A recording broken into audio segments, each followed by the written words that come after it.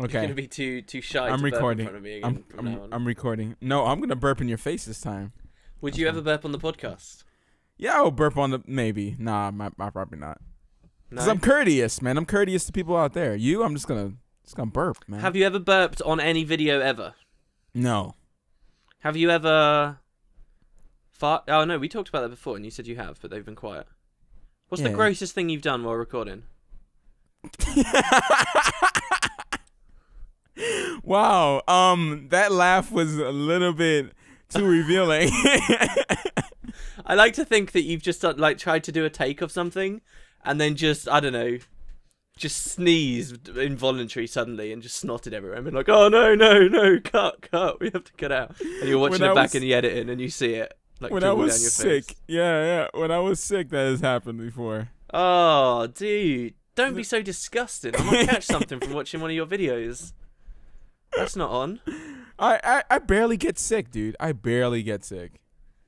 I suppose that's the majesty of the internet. You can interact with people without any fear of catching stuff from them, like. But then when you go outside, because you've been inside so much, you go outside and you get sick instantly. I see. I'm not really that kind of guy. I feel pretty blessed actually. I very rarely get sick. When I do, it's pretty bad, but I don't tend to get sick. Maybe it's because I live in filth in general, right? So what that does is it immunizes you to it. People who spend like all day like showering 3 times a day and scrubbing everything, those people they're open to attack. But if you just live in like what is essentially a dump, you'll be okay. Wrappers, 2-day-old beef pie under your desk, stuff like that. Candle lit. I only have. Oh, I have a candle. Oh man, this is old news now because I've had so many. But I do have another candle at the moment. Another candle. How's your tree doing? Oh, okay. So before the podcast, I asked you if you could hear anything. That's because there has been a new addition to the desk. The desk is becoming quite the spectacle now. So I've got the plant, which is still alive. I repotted it the other day, and I sort of potted it weird. So now it's at a slight angle, and I'm trying to. So the window's on one side, and it's proper leaning off because of the way I potted it. Because I'm bad. So what I'm trying to do is have it lean away from the window, and then naturally, because it's desperate for sun, because I don't give it much sun each day, because it's so desperate for the sun, when I do open the curtains, it's going to like try and lean back the other way as much as it can, and it will self-right itself. That's the theory, but it might be too much damage. Anyway, so we got the plant.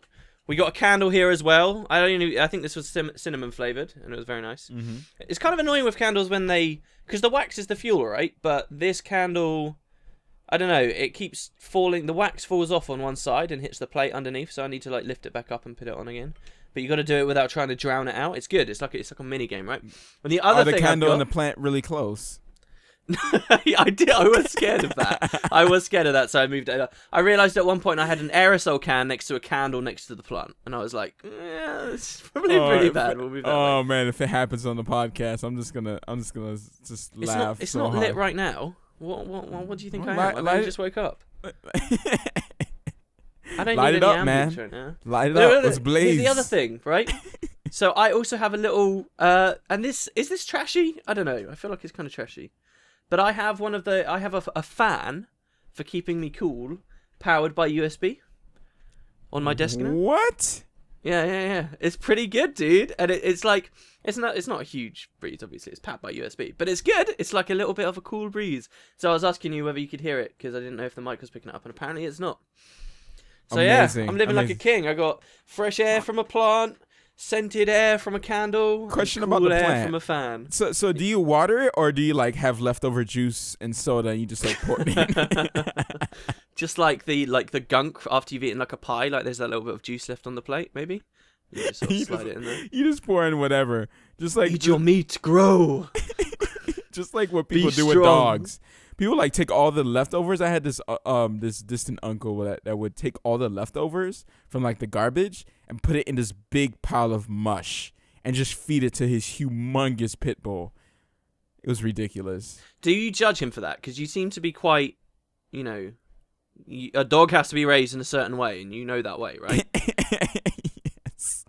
So do you judge him for it? I don't judge him for it. I'm just saying there's a reason why he keeps them in that cage. I'm just saying.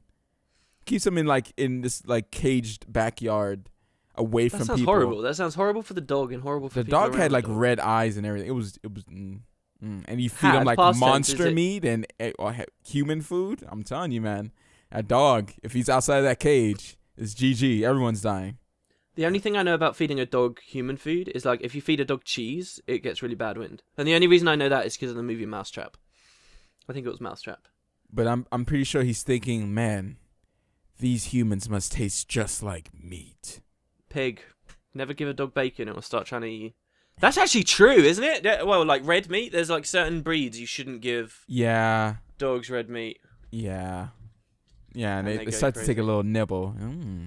You taste just like chicken. You asked me And then the something dog though, could be just like Walter White. Jesse,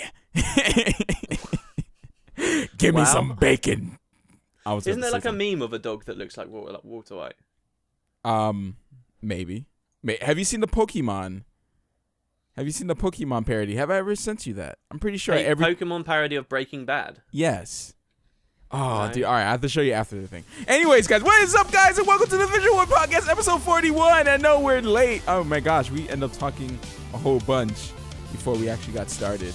Wait, what was late? The intro or the fact that The intro. we're recording really late? The intro. Today. Oh, it could be both. It could be both. You know, you slept too long. Yeah, so where have you been today, man? I've been waiting for hours. Oh. I'm sorry. This is what usually happens. What happens? It doesn't usually happen. It happens wait- every now and then. No, we wake up. What do you mean? It's We been record months once since a this has week, happened. and most of the time you're always late. Oh, we should look. I wake up Friday morning. I'm like, a new fresh day. Winning potatoes, not online. The worst thing is you're 5 hours behind me in the time zone, so it's really bad that like I'm still not up. Like you getting up at a normal adult time, like 8 in the morning, 7 in the morning, gives me time to wake up at like 12 in the middle of the day, and I'm often still not up by that point. Yep. And that sounds bad, but I would say that it's all relative. It's all relative. Like, it doesn't mean that I'm a lazy person. It's not like I spend 16 hours a day sleeping. It's just that I've been up later at night because it's better for me to be up around NA prime time. So, that's my excuse, and I'm sticking with it. All right? Mm-hmm. Best be comfortable with that. So, what have you been playing? I want to remove this. You see this little thing here in the show notes? I want to remove this. This question is the bane of my existence. I have been playing the same games I was playing last week, so no real news there. Not that there's news, but I wouldn't want to spoil it, so I'm not gonna indulge. Oh. What about you? Because you don't have a great answer for this either, right?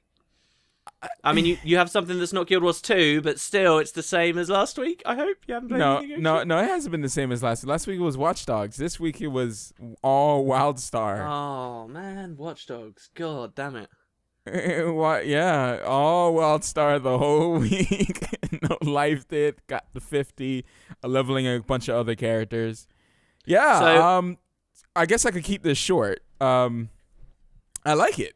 Strangely, I did not like it before. I was just gonna give it a good, test. I was like, oh, you know what? I like mounts. I like housing. I like what it seems like the future is gonna bring. I like the devs. I don't know. It seemed like a good comedy. The story was pretty good. I was looking up some Wildstar lore. I was getting invested. So I was like, you know what? I will take the plunge for everyone. Did you ever play Ratchet and Clank, by the way? No. I love the 'cause I've heard that soundtrack, but yeah. I've heard that it's Ratchet and Clank the MMO, and that Really? sounds like a really, really good analogy to me. Like with Really? the comedy of it and the visual style. Oh yeah. The visual style is definitely like Ratchet and Clanky. Yeah, definitely. And the cutscenes are kind of like that as well. It's really cool. I beat it, and Wait. What do you mean you beat it? well, I mean, I got to level 50. I level 50. Okay, is that beating it? No, you can't really beat an MMO, right? Yeah, No. right. No. You could be a Guild I mean, Wars does it 2, have like though. a campaign or a story? Yeah, it does have a story. Most of it is gonna be at the Elder game, is what they're calling it. Oh, so it's not implemented just yet. I think it is. You can get a lot of this. There's gonna be these story instances that you can do by yourself or with people that will explain like the story and what's going on and blah blah blah. Are those the adventures? There's adventures, there's dungeons, and then there's raids. Okay. All right, 20-man and 40-man raids. The leveling is hit and miss with me. Some of it is really, really cool, and some of it is really, really boring. Like really, like tedious. Kill this, kill this. Some areas are built better than others. Let's just say that. Some Does areas it feel like there were different teams that made different areas, like completely, or it was like, hey, this was made in 2009, and this was clearly made just a few months ago, and it's awesome. No. I mean, the traditional questing is. I mean, really, if you really look at it, Guild Wars 2 Hearts is kind of the same thing anyway as well. You kill this, you kill that. It's presented differently, so people accept it differently. Mm-hmm. And of course, you have the events that sometimes help you with the heart, so people don't really connect the two. They're like, oh, you know, we're brainwashed, you know, with the awesome leveling experience of Guild Wars 2. It's like, oh, they're not traditional quests. These hearts are not traditional quests. Yeah, they are. Feeding cows over and over again. It's just what it is that it's faster. So you don't feel... it's more automated. Yeah, there's you don't no pick up the quest. There's no turn in the quest. It's just the quest. You're in this area. Here's the heart. You do it. It's still traditional questing, except that there's events going on sometimes. Man, I miss launch Guild Wars 2. And you know, exactly. You don't have to go far away to complete the quest, but you do get a lot more story in the meantime. Remember when you were saying back in the days for Guild Wars 1 that there are just quests that you can pick up? There is the same thing as that. You get a lot of story. I mean, where are you reading that? Because it's not voiced, is it? No, it's not voiced. So I read some of it when I was leveling really fast. And some of it, there's a lot of instances that has like a little bit of cutscenes here and there that have voice acting, and you know, I started paying attention to the story, and it gets really good.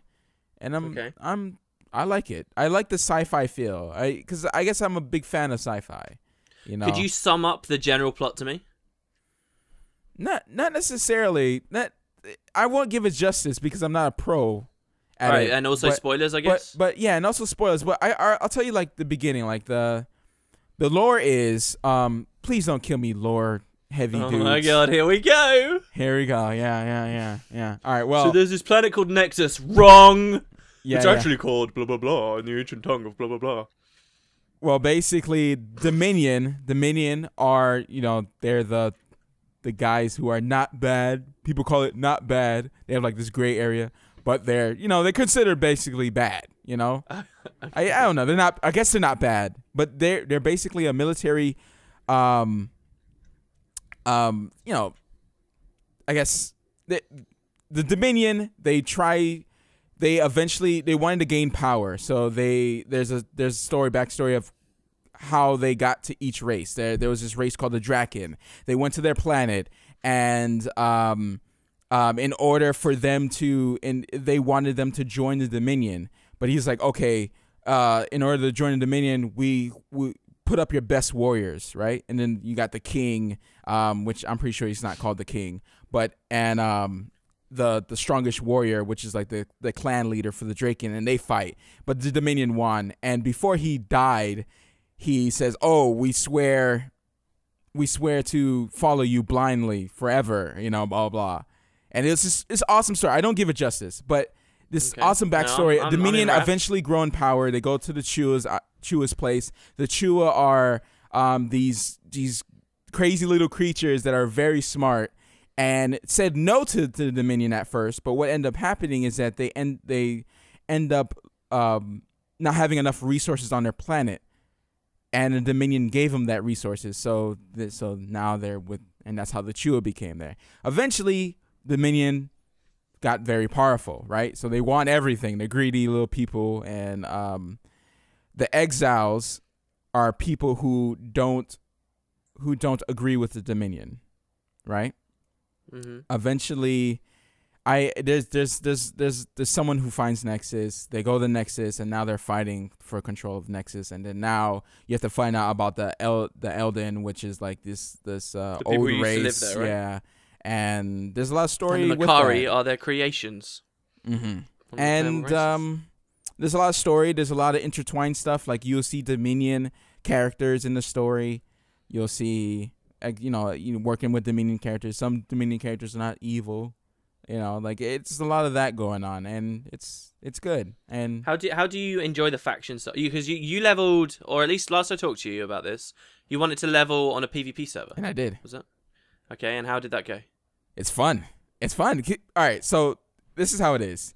Sometimes you will get ganked, right? Okay. When you're leveling, and sometimes you'll meet people who are just questing just like you, and they don't care that you're an exile. And sometimes you can help each other kind of.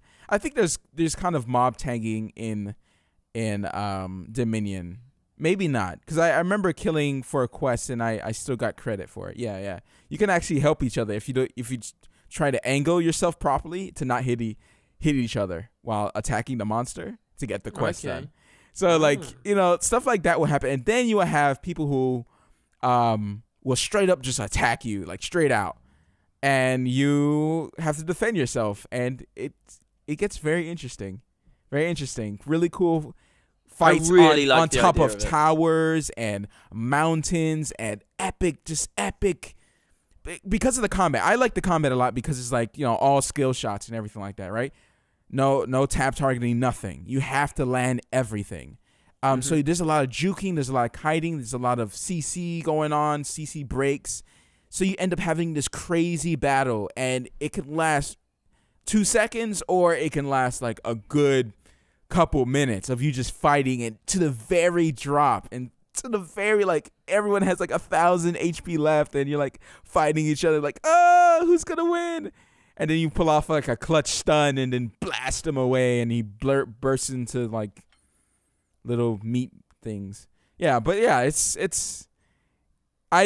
been exciting. It's been exciting to be leveling on a PvP server, and it's fun to go back and kill some noobs when you're out leveled them. Yeah. So now that you're at 50, what's going on with it?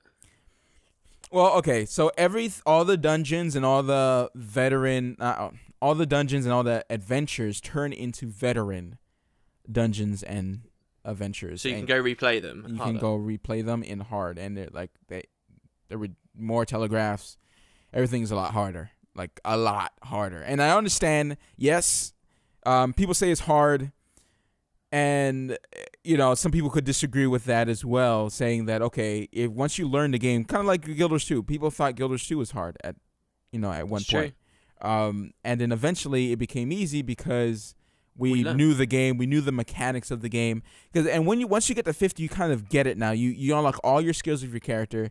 You kind of get your character now, and you're like, okay, I can understand these combos. And even then, after you start doing the veteran stuff, you kind of have to learn the mechanics of the boss. And it's not like, okay, I don't know why I died. It's simple. It's not really simple, actually.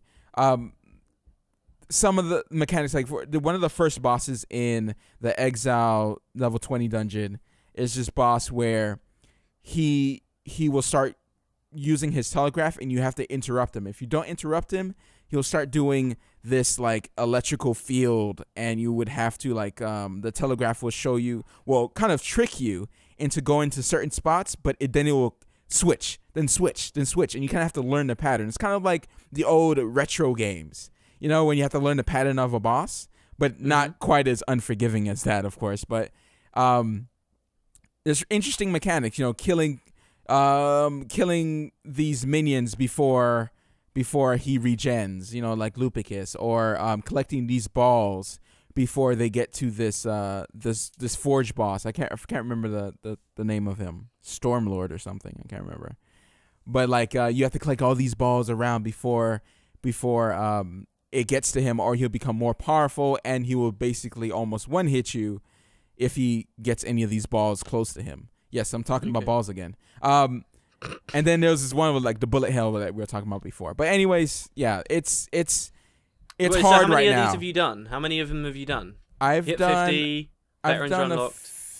few. I've done about 5 of them, and sometimes I beat them. Sometimes people just give up and quit. Right, yeah. And that's just the nature of, nubs coming into the game. Have you got any community going on with it at the moment? Found a guild or anything? I need to find a guild. I'm in war plots right now. It's just they're part of the PvP community or whatever, but none of them are level 50. So I'm trying to find a hardcore guild. If any hardcore guild people listen to us, please send me a message and invite me to your guild so we can do some hardcore stuff. Yep. Yeah, but yeah, it's I've been liking it. I gotta say I've been liking it. I think it's because I enjoy the combat, and because I enjoy the combat, I really enjoy PvP. Like, I really enjoy PvP. It's super fun. So I don't know how I'm gonna feel later on in the months, but right now I'm enjoying it, and I will be enjoying it until season 2 comes out. Yeah, I was gonna ask you that, like how long you think it will hold your attention for. I don't know. Like, we'll see when season 2 comes out and I play season 2. Would I be like thinking of Wildstar and be like, you know, don't really want to be here. I want to get some mounts. I want some of the housing, and the housing is ridiculous. Oh my gosh! Like, it's not. Like, I did not test housing good enough. I did not give it justice last week. I'll be quick, all right? Basically, you go inside your house, you could change, like I said before, you could change your walls, your roof, the atmosphere. You can make it, change the lighting in the room, make it dark, make it colorful. You could change everything. Like, it's like having sweet effects inside of your house, basically. You can place anything anywhere. Like, there's an edit mode. You can put your bed on top of the roof if you want. Like, it's ridiculous. Like, I was just like, what? And you could do the same thing for outside. Like, you could move anything you want, and then you have, of course, you have your garden, you have your raid portals, you have these instances that you can play with your anyone who comes at your place. You can, like, it's like a neighboring system. Yeah, right? yeah. And I like visit my friend today, and he was like, "Oh, you want to do this like group thing in the home instance?" And I was like, yeah. Like, he planted down this I don't know, this instance, and it had like a jumping puzzle. And you go inside, there's like a little jumping puzzle, and then you have to fight this huge boss. That was for 5 people, but we did it with 2 because, you know, we're awesome. Wow. And it was oh my gosh, it was fun. It was fun. Like, I don't know, the telegraphs just kind of make it fun. You know, like, you see the animation, he's like, oh, he's getting ready for it, and then you see the telegraph pop up. Sometimes the telegraphs are really, like, misleading too. They try to trick you a lot with the later on. Like, the leveling experience is basically like, it tries to say, okay, these are telegraphs, okay, now we're gonna step it up a little bit, then we're gonna step it up a little bit, and then it gets all crazy, especially raids. Like, it gets all nuts, like crazy. In telegraphs would, like, it would be soft in some spots, so you think that area is safe, but it's not. So you have to, like, kind of roll into those, and yeah, they have good placement, so you can use your dodges. So it's like you've got a telegraph coming from the boss to you, and you think it's moving on a certain trajectory, and then right near the end, it just, like, zigzags off towards you or something. Yeah, sometimes some bosses have stuff like that. Yeah, yeah. Since I've been level 50, I've been seeing stuff like that, and it's just like, whoa, okay. Yeah, the telegraphs don't make the game easy as people think. I find that such a I don't see how they can say that they would make it easy. Yeah, it's like ridiculous. Saying all bullet hells are easy. Yeah. And notoriously some of the hardest games you can I play. See that bullet coming. I better just run into it. I mean, what is that? That's such a stupid thing to say. Yeah, it is. It just say that it about makes my anything. head hurt sometimes when I read some of these comments. I'm like, guys. All right. Anyways, that's enough of Wildstar. Do you want to do an iTunes review? Yeah, iTunes. Let's do it. Woo! All right. There's quite a few. I'm just going to read the first one on the list. It's from a guy who says, "I'm a dick." It's by Luid123. Amazing. 1 star. He says, "Do a face reveal WP. It's stupid that you care so much about what people think. Man up." So thank you for that. That's really helpful. People looking for the VisualWood podcast on iTunes, I'm sure that'll teach them a lot about the kind of stuff we talk about on this podcast. And that will get us the views. So thank you very much for that. Really. Leave more reviews, guys, and we'll do another one next week. No, you have to do 2. You have to do 2. Why? Because you didn't do one last week. Oh, okay. Literally the best podcast ever. 5 stars by Catux. 2 chumps talking about random stuff and bad ideas for a very long time. 6 out of 5. Bad ideas? Outrageous! How dare you say that? That's funny. That's funny because your idea for having a journal. Was See, put now into the this is game. the thing. Was this my idea? I don't know. Should I be suing ArenaNet right now? Maybe. I'm looking knowingly right now. I think I should be suing them. So I have video evidence of me saying back in what?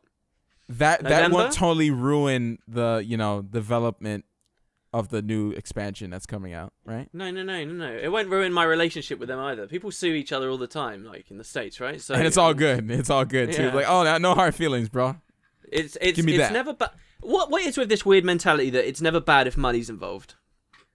Do you know what I mean? Like, people can do horrible things to each other in business, like lay off thousands of people, make not dangerous, really monopolizing horrible mergers that destroy companies, and it's all good. It's just business. Sorry, it's just business. Why is it that money changes stuff so much?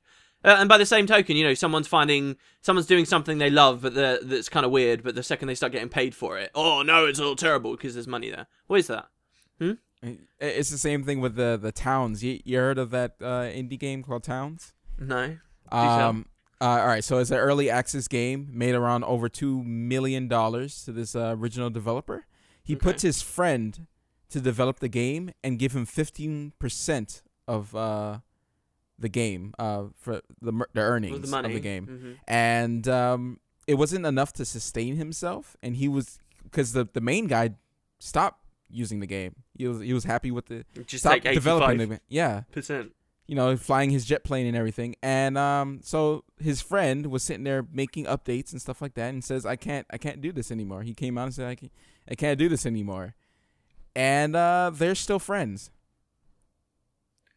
They're still friends. That to me sounds like a plan. That sounds to me like, okay, But it was how we take people's money and run. sustainable. Like, it was enough to pay him, and he just maybe stopped. that was the whole point though. That was the whole point. This is how we take people's money and run. We set up this story, okay? I'm going to give it to you for 15% of the money. That's not going to be enough for you, all right? Even if it is enough, don't worry. Do little updates for a few months, and then you make an announcement saying, look, I can't handle it anymore. I'm sorry, I have to stop. And then who's to blame there? They're both to blame sort of equally, but it's muddy waters, it's Kickstarter, whatever. Take everyone's money, get out of there, get out of Dodge. I think it was early access. It's early access, not Kickstarter. Oh, right, sorry, okay. Early access. And now there's... Wait, what's the difference? Well, Kickstarter is when you kickstart a project and you get rewards for how much money you put in. And early access? And early access, you just pay for the game early to get early access to the game. Oh, so people just bought a game from them, that's all. And then they just never finished developing it. Yeah, well, that's the journeys of early access. You don't know if they're gonna really finish the game. You're just spending money and be like, okay, hopefully, because people think that they're buying a product that's eventually gonna be finished, when really in reality you don't know that. This you have is to trust them. Yeah, people just need to learn to be savvy, and it's going to take a while. It's going to take 5-10 years before people are particularly savvy. It'll be one of those things, how there's just certain things in life that adults are like, oh, you shouldn't spend your money on that. Or, really generic advice like, oh, you should be saving. And everyone young's like, no, we're going to do it anyway. And, it's the same every generation. This is like the internet equivalent of that. In 10 years or so, there'll be a lot of savvy internet users who have been about for a long time, and they'll say, oh, you shouldn't be paying for early access. You shouldn't be kickstarting really risky products. Just don't do it. Or when the young people come along and they don't know any better and they just want to have a bit of fun and they do it anyway. And then they get a bit older and they're like, we told you so. I get it. That's exactly what this is. And it will just sort of grow into that. I don't think it will ever go away. There's always going to be news like this, but hey. You remember the Ouya? Yeah. See, the thing with that device was I never like who was it aimed at? And I know that's been said a million times, but that's exactly what I thought of it. I was like, okay, an interesting idea, sure. I mean, it has the same capabilities of your phone. It's ridiculous. I remember watching a trailer for it that was trying to sell the device, and literally the entire thing boiled down to video games should be on your TV and nowhere else. It's like, screw all this new media, screw phones and stuff. Video games should only ever be on your TV. So that's what we're making a console for that. And I was like, why would anyone buy that? Why would you care for that? And apparently people did. Completely ignoring the fact a lot of phones and tablet devices have the capability of broadcasting to your TV anyway. It's just a ludicrous device, absolutely. It's all about the games, man. It's all about the games. Which people already have on their phones. The games. Yeah, I know, and that's what I'm saying. Like, I mean, why do people buy Xbox over PS4 or PS4 over Xbox? Because the games, man. Or if they're really, really invested, they're like, oh, I don't like Xbox because they were trying to do stuff and I ain't like it, and that's why I ain't gonna get no Xbox, even though I like Halo and all that. You know, that's.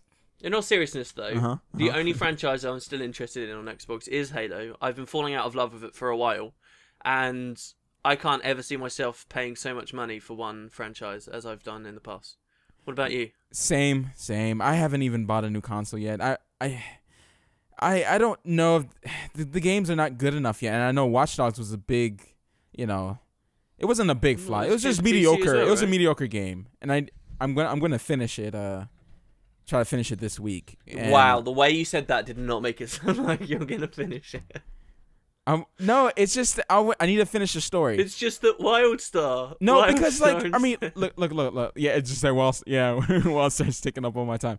Because Watch Dogs, like the hacking, I really enjoyed the hacking that was in it. But really, are you really hacking, or is it just a push one button to just like you know, move this crane or blow up this fuse thing? It's just a quick time event. Like, it's not really hacking. All right, I've got a challenge for you, by the way. This is about Watch Dogs, all right? You have 5 seconds to give me an answer, all right? What I'm going to do is link you to a picture, and it's one on the top is a real life place, and on the bottom is the watch. Oh my god.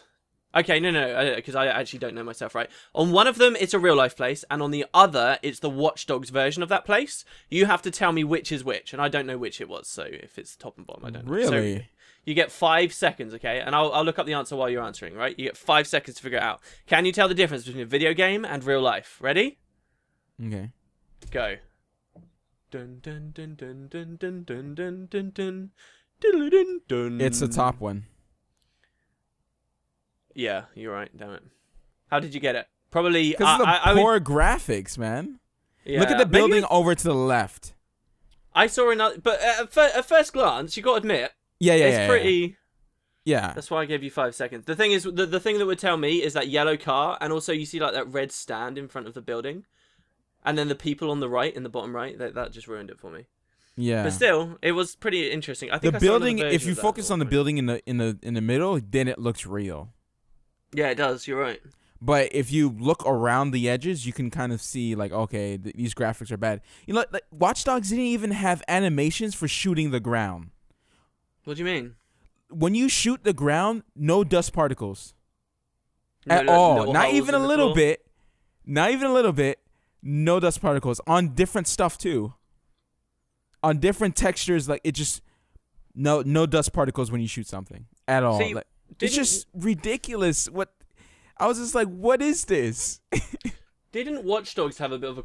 This is not unique to Watch Dogs at all, but the first trailer they ever revealed, they were like, this is in-game footage, and it looked amazing. And then like a year later, they released another trailer, and it looked terrible. And then just before launch, they revealed PC footage, and everyone was like, oh, this is like the first trailer again. Were you aware of all that stuff going on? Yeah. Yeah. But it never looked that good in the end anyway? Is that the... It doesn't look that good. I mean, I don't care. I said this... I was saying this because I tweeted this tweet earlier today or yesterday. I was saying this is how PC games should look like, and I was actually talking about the port, like PC ports. You ever seen The Witcher 3? It looks The Witcher 3. Yeah, the trailers for that look crazy. Yeah, it looks ridiculous because they know how to make PC games. And I'm not saying that the game has to look graphically, like awesome and it has to be super realistic. No, that's not what I'm saying. I'm saying if you're going for a certain art style, then you should go for that certain art style. Like you should make particles when you shoot the floor. Like seriously, it would. I don't know if it would just take 2 seconds. I don't know. I haven't developed that part. But the thing is, look, number one, nothing ever takes 2 seconds. You can never tell a developer. Yeah, obviously. The buildings look like crap too. The other thing is with like any game, if you really think about it, you can find some deficiency somewhere, some small thing, and be like, they should have done this. It's just like the quantity of them, I guess, is where you have to rate it. There was a lot of things of glitching through the ground. Wow, you were really positive about this game last week. What happened? I played it off stream and a lot of glitches happened. Oh, okay. Yeah, but no, it was good. It's a good. I think it's a good game. I'm still positive of the game. I'm gonna leave a comment now and I'm just saying there's a reason why I didn't recommend it last week either. I was just like, okay, I don't know if like I should say go out and buy it, because at its core it feels like a GTA game that's not GTA. All right, what about me though? I haven't played a GTA game since San Andreas. No, play GTA. No, but would I enjoy Watch Dogs? I think like, you might pick GTA at the story. I think you might pick at the story, like I did. Really? Like I did last week. Yeah. You might pick at the story. I don't know. You may be like, whatever, YOLO, and you might just enjoy the game. But when does Wooden Potatoes ever just enjoy the game? Whoa! What are you talking about? Oh, shots. I'll have you know, I play Helicopter when I was younger, and I just enjoyed that at face value.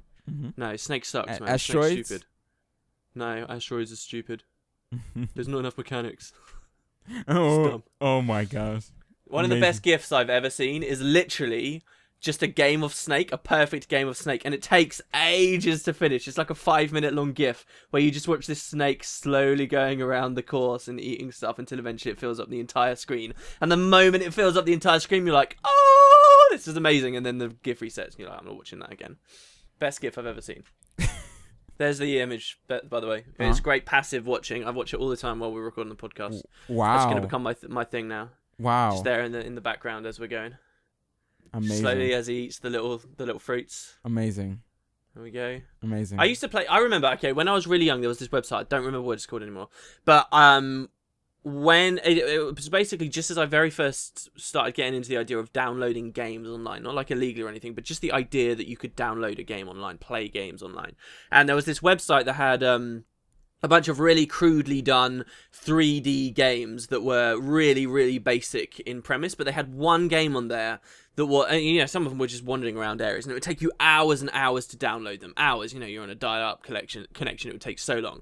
But one of them was this game, I think it was just called Snake 2, right? But it was a full 3D version of Snake with loads of different types of fruits on there, and I think there may have even been enemies on there, and that got me hooked on Snake for a long time, because I was very young when I did this. For a long time, that's what I thought Snake was, and then I realized, it's this much more simple game. I've maybe seen my mum playing in the kitchen every now and then. Do you want to move on to Movie Club? Yeah. Ooh, Movie Club. Okay. So Movie Club. So what did we watch this week? Okay. So the movie I foolishly chose for Matt and I was Magnolia.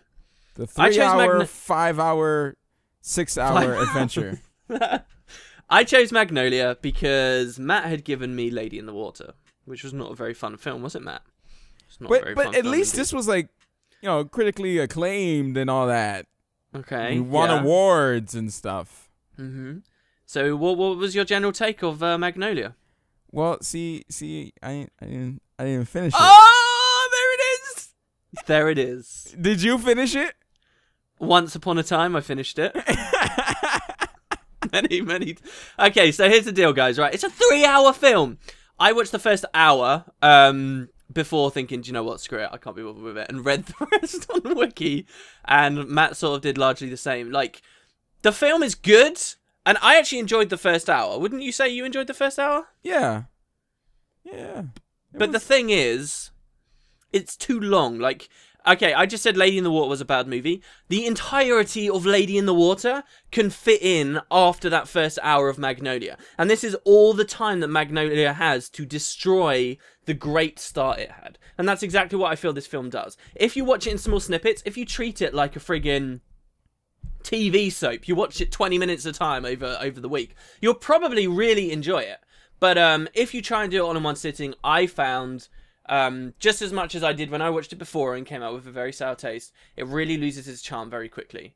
But do you want to explain just the general premise of the film, like the idea that everything? No, you go ahead with that. You go ahead. All right, so it's as I've explained in a previous podcast, this film is about trying to make regular things and regular people's lives dramatic and showing the drama that can happen, right? So the whole idea is it's set in the San Fernando Bay or something. It's set there, and we're following a bunch of different regular people's lives in just a city in current times. The thing to it is that all of their lives will cross at some point. So the movie starts with a narrator who's speaking to you, and he says, and he tells you just a couple of weird stories about, like, for example, a guy who wants to commit suicide and ends up in an accidental murder. So how does that happen? Well, it turns out that as he jumped off of this building to commit suicide, he got shot by a woman with a shotgun in the through a window. So how did she accidentally shoot him as he fell through the window? Well, she used to argue with her husband a lot, and they used to always bust out the shotgun and argue with one another, but it was never loaded, so, you know, there was never any real risk. However, this time it happened to be loaded. Well, why was it loaded? Well, it turns out that these two people that were arguing with each other happened to be the parents of the guy who just jumped off the top of the building. And before he was going to commit suicide, he loaded the gun in an attempt to get one of his parents to kill one another because his life was such a misery. However, as he jumped past the window, the gun happened to go off at that moment, missed his father, or his grandfather as it was, and hit him as he fell down. So it's this bizarre, crazy coincidence, an accidental murder. Yeah, it was an accidental murder-suicide thing, right?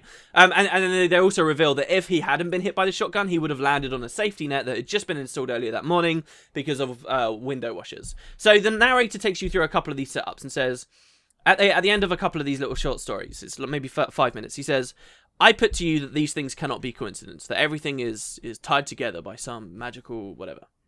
And then we cut to the movie, and we're literally just following the lives of all of these people under the premise that eventually their lives are going to cross. And what happens is it's all largely pretty normal stories. There's one guy who used to be a child star on like a quiz show, but grew up into nothingness. He was a complete loser, didn't have a very good job, had no money. But he also happens to be desperately in love with like this young guy at a bar. Like this guy's gay. And he notices that the guy behind the bar is wearing braces. And so he really wants braces because he's an idiot. So he's trying to get extra money out of his job for braces, but they end up firing him. And his story on this one night of this film is he's like just sat there at the bar looking at this guy. And then there's other stories going on. There's a little boy who's currently on this quiz show who's really fantastic, but his dad's basically just using him, it would seem.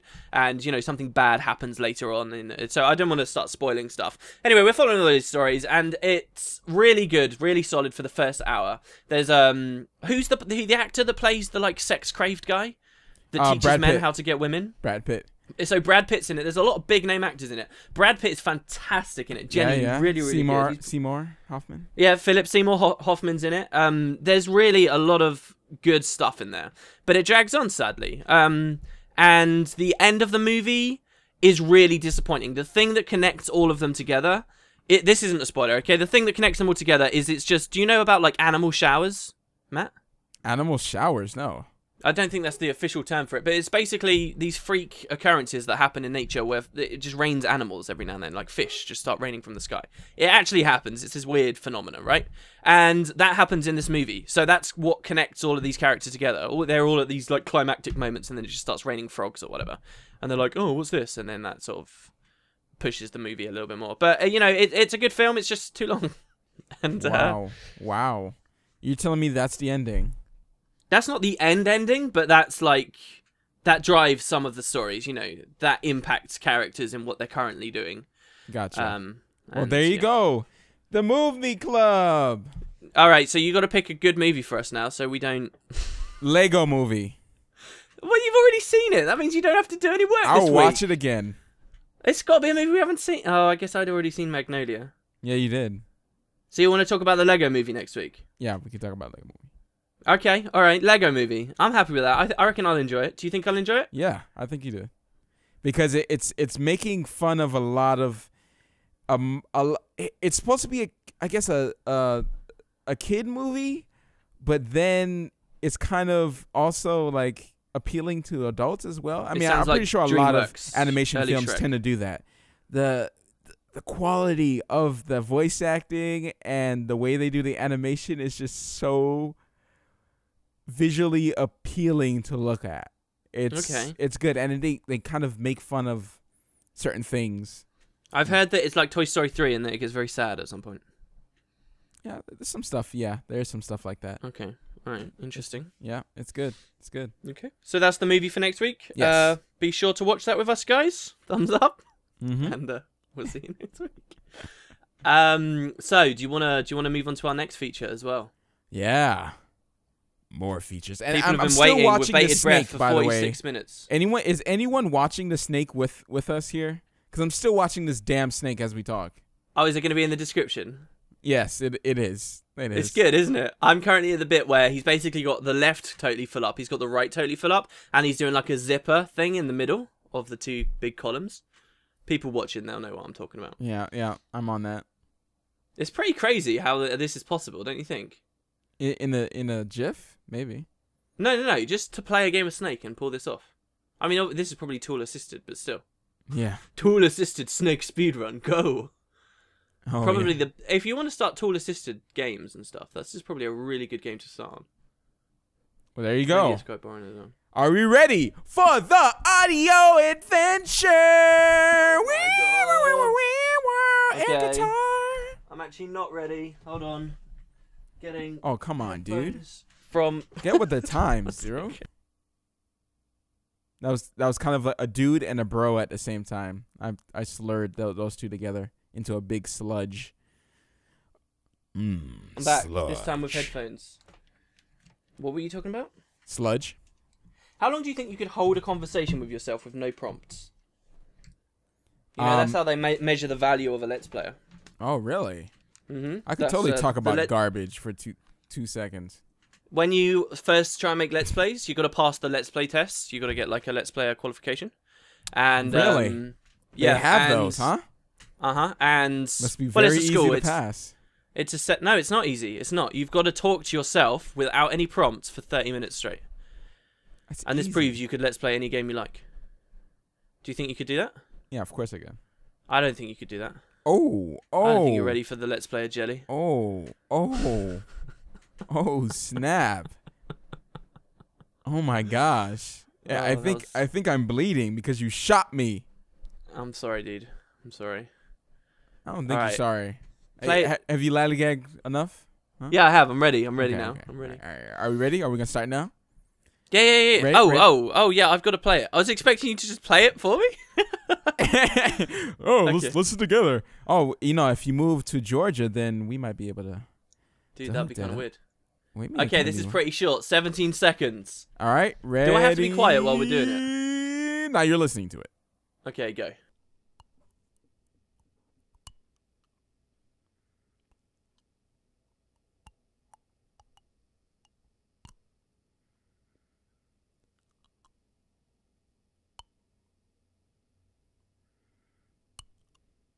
All right. Okay, I think I've got it. I think I know straight away what it is. What? Are you serious? No. I think I know. Okay. Are you flossing? Oh, snap. Boom! Yeah, baby! Oh, God. British people... I get what you were doing there, because British people have bad teeth and we don't floss, right? Uh-huh. Yeah? Uh-huh. Dude, good idea, man. I gotta admit, I don't floss that much. I was like, man, this might be too easy, but it might be worth for the British joke. And well, I beat you to it. It was easy, and I beat you to the British joke. I was a little bit worried. Like, I thought it was... I didn't know it was flossing, and then I thought it might have been flossing, and then at the end... And then, like, it totally threw me off. But at the end, I just guessed anyway. I gotta take it to the next level. You gotta do something difficult, man, like sleeping. Right. Because there was a lot of noise to go back from, just all some people got it. Some people got it in the comments. I was very proud of those people. I'm Damn, gonna that means go I gotta ahead do one and next hate week. and say that they listened to it and then they put it down. I'm just gonna say. Okay, sure. What kind of difficulty do you want next week? I like it really hard. Okay, all right. So I think I've got a good idea. Sorry, I'm slightly distracted right now. One, because of the hard comment, but two, because he's about to finish Snake. It's almost over. Oh my gosh, he's filled up everything. It goes crazy towards the end because there's so many up here. Oh, and then it's got a Russian comment at the end. That's weird. I didn't realize that was there. Oh my gosh, he's about to. Oh, we can't be talking about this. Wow, he finished it. What you need to do is just put the GIF constantly rolling in the bottom corner with the regular Guild Wars 2 footage there. Just loop it. There you go. And that'll be like the VisualWood like code thing. Oh, and there you go. All right, so we're moving on to Guild Wars 2. What's that word? I don't remember. Diarrhea. Diarrhea. Interesting. You put that there. Oh. Do you know what this is? Do you know what Electrum is? I learned what Electrum is the other day. No, what is Electrum? Electrum is an element. Well, it's not. I guess it's an alloy. Is it an alloy? It's a combination of gold and silver. It's like what happens when they're combined together. And you know the pyramids? Look, currently they look all rubbish. They used to be covered in white marble all the way to the very top, and at the top they'd have like a mini pyramid on the top that was either made of pure gold, well not pure gold, but gold, or Electrum. And that's what Electrum is. Like, I've always heard it in fantasy games. I'm like, what is Electrum? Why do people care about Electrum? It's a real thing. It's a combination of gold and silver mixed together. You know, two of the most precious metals. Wow. So you could get like an Electrum ring. Did I ever tell you about like the wedding rings you can buy online that are like really weird? Like, you can get a wedding ring that is made out of meteorite or like dinosaur bone, or there's another one as well. How expensive are they? I don't think they're actually that expensive. The main problem with them is if you're going to be wearing them for like 30 years, some of them degrade a little unless you actually take good care of them, and you need to look after a ring like that. You actually do. But you can have like a dinosaur bone wedding ring. How cool is that? I mean, they sound much cooler than I thought they were really cool. They have dinosaur bones to spare? Yeah, I guess it will just be sort of from a rubbish dinosaur and not a rare one. Right, because they're fake dinosaurs, right? No, just a rubbish one, you know, like a one of those little ones that just run around eating leaves. I'm sure there were dinosaurs that did that. Here, look at this image. Seriously, this wedding ring here is dinosaur bone, meteorite, and gold all together in one ring. Look at it. It looks beautiful. Well, sort of. No, it'd be a conversation piece. Yeah, it actually does look pretty cool, actually. Are you what's your wedding ring made out of? Well, it was titanium before, but I lost so much weight that it doesn't fit anymore. So you could get a new one. I could. And that's exactly what I was thinking when you sent me that. I was just like, "Oh wow, this actually looks pretty good." I wonder if I can tell my wife, hint hint, to get me one. That would be a great present, don't you think, for like a birthday or Christmas? Here's your new wedding ring. Oh yeah. Are you hinting at me getting you this ring for your birthday that I missed? No, what? You're gonna buy me a wedding ring? Look, dude, people already say we're married. That's like, let's go in a step like way along there. Jeez. All right, so Guild Wars 2 Electrum. Here we go. What the news that came out this week was the journal. I did a 20-minute video on it. So, and you watched that, right? Did you watch the whole thing, or? I listened to the whole thing. Yeah. Okay, all right, fair enough. You didn't want to see the random personal story footage? Whoa, have you gone around in Guild Wars 1? Yeah. No, Guild Wars 1 was the other video. This video I was walking around in Claw Island. You didn't want to see Claw Island? No? Yeah, no. You didn't want to see me walking around aimlessly in Lion's Arch? No. That's pretty rude. I'm pretty sure. I'm pretty sure many people listen instead. Videos are there to be watched, Matt, not listened to. If anyone only listens to my videos, please unsub. If you only listen to this podcast, please unsub. You have to be watching these videos, alright? You have to be watching them. You can do the first one, but don't do the second one. Don't unsub because you listen to the podcast. It's the way it's meant to be listened. Wow, you're trying to get people to unsub. Thanks, bro. But okay, so you listen to it. I have no idea what your opinions on it are, though. Do you have many? Like, what's your thoughts? Oh, actually, I think I listened to the one that was the Guild Wars one for. I don't think I listened to your journal one. Oh well, there it cat's out of the bag, eh? I don't think because that's the one I listened to, and then when that one came out, I was already filming my video, and I listened to the first 1 minute, and then I filmed my video instead, and then I forgot to watch it this morning. And then you didn't go back. I think it was last night when it came out, right? It was last night. Well, last night for me anyway. Mm-hmm. And I filmed. Well, I just don't think it's on, really. I mean, what kind of partnership is this? If you won't even watch my review videos and stuff, you know? Oh, we're gonna bring up how you still haven't watched any of my I have watched some of them. detailed I have watched some of reviews. Those are good videos, dude. Those are solid. Those are best on my channel. Best on my channel. They probably are. They're very, very, very good videos. Actually, now that I say that, I should do those more often. I quit. I'm just gonna do all reviews. Forget Wildstar visual review? podcasts. Forget everything. Wildstar review? Oh gosh. I'll leave that to Angry Joe to talk badly about an MMO. Oh, that reminds me. Dude. Oh yeah, do you yeah. listen to the Co-optional podcast?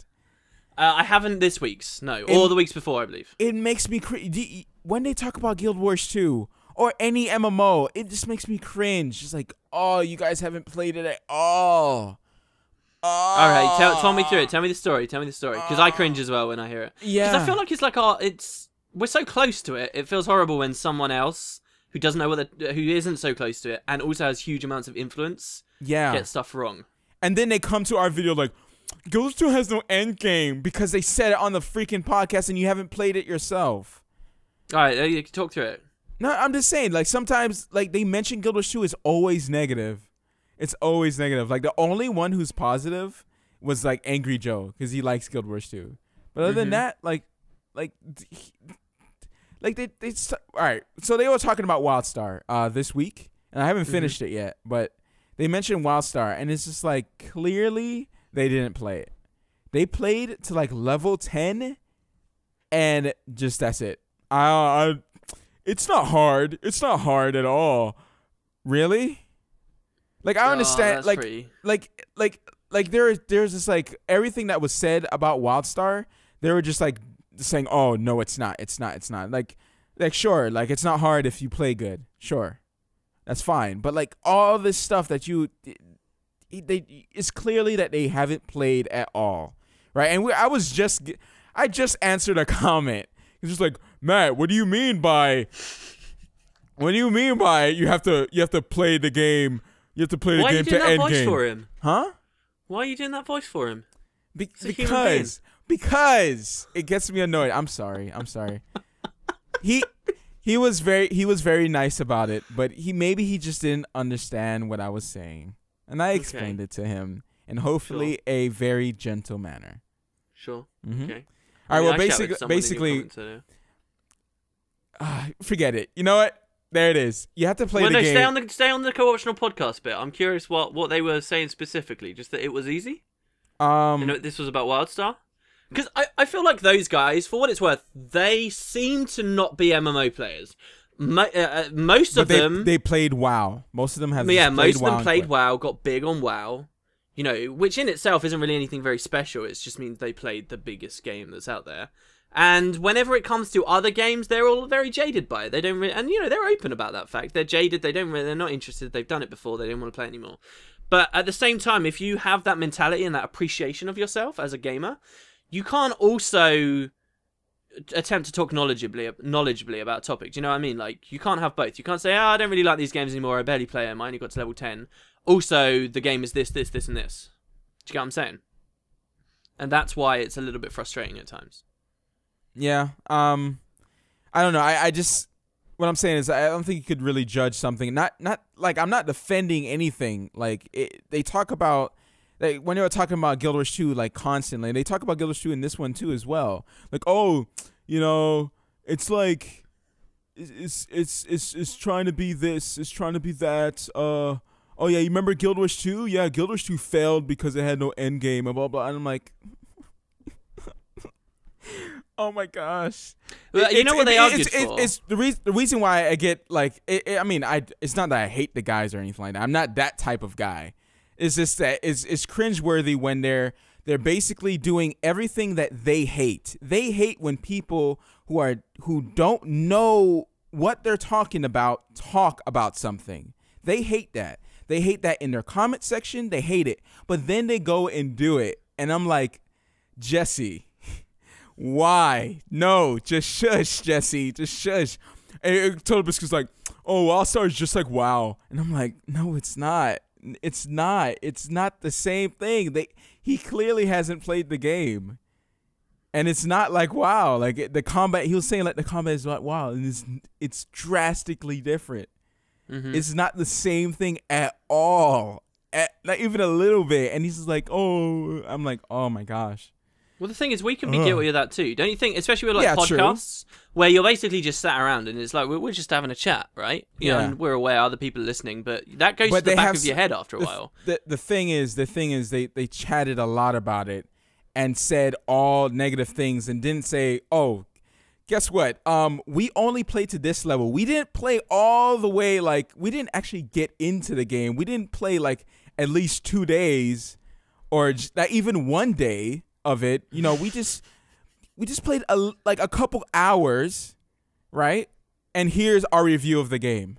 It's like, okay, let me go play Transistor, let me go play any game out there and put out a review on it, please. You know, I think one thing to their credit that they are quite good for is the opinions they throw out are the opinions of the general gamer. You know, that understanding because of that's GW2. what they do. They're listening to everyone's thoughts. You think, and then they just say, "Oh, it's like Guild Wars 2 and WoW put together." But you know that's telling that your average gamer thinks that Guild Wars 2 is dead, just as I would have assumed SWTOR was dead. Though now I would see that's folly to say such a thing. Yeah. You know? Yeah. I mean, I'm not necessarily angry, even though I might sound that way. I have to say these things because people are like, Matt, why are you getting mad for it? You said this on this podcast. Well, yeah, I know. I would be angry with myself as well if I talk like that. But yeah, so I have a question. This just made me cringe a little bit, just a little bit, because Guild Wars 2. You know, we all like Guild Wars 2 here. You know, some of us have stopped playing, but I mean, we enjoyed it, right? The only reason you'd be listening to this thing. Well, no, it's not. Anyways, they're go ahead. listening for the audio adventures, don't you know? They're listening to the audio, exactly. There's a very slim chance there'll be a bonus audio adventure at the end of the video, so that's why they're listening. Yep. So all you non-Guild Wars 2 guys have to suffer through all the Guild Wars 2, even though the topics are very thin, aren't they? Yeah. So let's get into the Guild Wars 2 Electrum. Well, we were talking about the journal. What happened there? Electrum. Oh yeah, we were talking about the podcast. The co-optional podcast. Yeah, so the journal, basically, here's a rundown, guys. I don't want to, you know, I'm not going to spend 20 minutes of this podcast saying the same thing I said in a video. They really seem to have listened to what a lot of people in the community wanted. Myself, you know, I can jokingly brag, but this is something I specifically asked for quite a while ago. You guys might know in your hero panel, you've got that one section that's called My Story, and you've probably never clicked it since you finished your personal story. You probably never even clicked it on any alts you made. Well, now, when you click that, when Season 2 begins, you can actually, it will track all of your progress through the story steps you've done for Living World as well. Like, Living World basically is going to become very similar to the personal story. It's going to use, say, the green starburst, and it's going to be very organized. So not only are we guided through the content without needing like meta achievements and stuff to do it, but also we can use that panel to replay old story steps. So let's say it's 2 months in the future. I've played the start of Season 1, I've played the second, the third, the fourth update. And now I want to replay the first update. Season 1, we could never do that, but for Season 2, all I have to do is open my story panel and click where it is, and I'll be able to go back and replay. However, for people who missed that, we had this discussion on the podcast before, didn't we, Matt, about the idea that I was saying to you, like, literally, last week, was it? The week before? I was saying, I don't know. You've said it multiple times. But what I said to you on the podcast very recently was, I don't know if they'll make it permanent, because that means people can just leave for months and months and months and months and then come back at the end. Do you remember we said that? Right. So their solution to that is you only get to replay it for free if you log in when the update originally comes out. So what do you think of that? What do you think of the fact they're charging people 200 gems? They could just log in and log back out. It's not gonna change anything. Do you think that's better though than people uninstalling for 6 months and you know, not looking at their friends list for 6 months, they're not having any conversation with anyone in the guild for 6 months, nothing, and then maybe 6 months time they can't be bothered to reinstall? It's almost, this is almost like a subscription fee where it's just like, okay, if I don't log in and if I uninstall the game because I'm not liking it, then I'm gonna have to pay for all that content from way before. For just the living world, to be fair, not yeah, just for the living world, game. just for not for the whole game, but just for the living world. I mean, if they don't care about the living world, then it doesn't matter to them. They can just uninstall the game. It doesn't really matter. But I mean, they're giving people a paid incentive to log in to the game and make sure they unlock it. Because I've met a few people who only log in through the living for the living story just to see what's going on and if they like it or not, and they just log right back out. Because some people like enjoy the game itself, but don't enjoy the things to do within the game. Yeah. So well, I think that's a big majority, because once you've done everything, you're just waiting for more stuff, aren't you? Well, not you. You're Superman. Superman over Superman. Here. There's a lot of active people who are still playing. Matt's always shocked every time I come on the podcast. I'm like, all right, this week I've been doing this, and you're like, what? You got another goal? Just Jesus. I've given up on the Operation Expensive for now, by the way. Just because I listened back to that podcast where I announced it, and I sound like such a loser. Like, really, I was like, what is this? What am I even doing?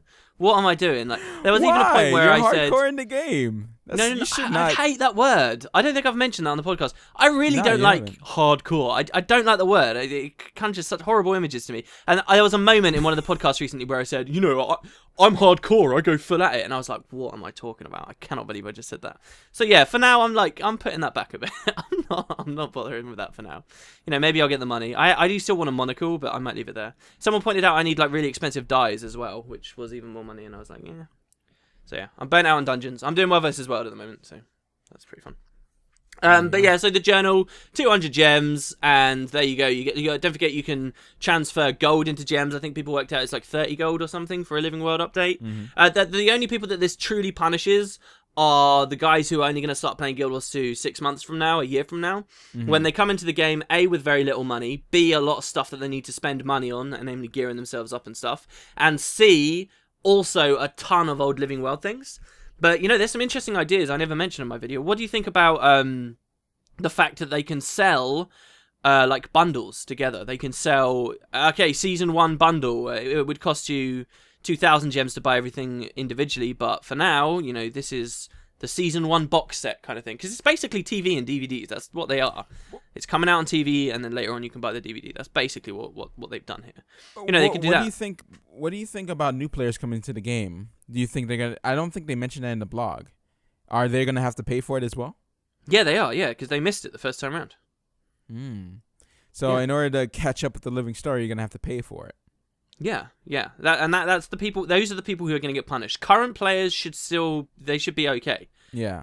Even if they don't log in, even if they do the, okay, I'm leaving for 6 months, I'm going to try and play something else, I'll be in Wildstar for 6 months, whatever, come back, and now you're like, damn, I missed a bunch of stuff. At least those people still have a bank of resources still on their account. They still have, you know, characters that are geared out already. Those people are still better off than totally new guys. People who only pick up Guild Wars 2 because Cantha just got announced, those guys are now going to be like, damn. But, you know, you could also twist that a little and say maybe this isn't so much of a negative. Maybe this is, all right, those new people who come in just because Cantha came out, they have all this more stuff to go for. Like, EndGame for them is even more stuff. It's even more things that they need to be buying and eventually that they can play through. And if you look at it all from an in-game gold perspective, which... So for us, it doesn't really bother us, right? Because we have tons of gold. I mean, it's only 20 gold to buy one of these packs. And it's because it's 200 gems. It's really cheap. You just have to log in once for a second. And you have to just log in once. And we play it anyway, so it doesn't really bother us. But don't you think we have a biased look on this?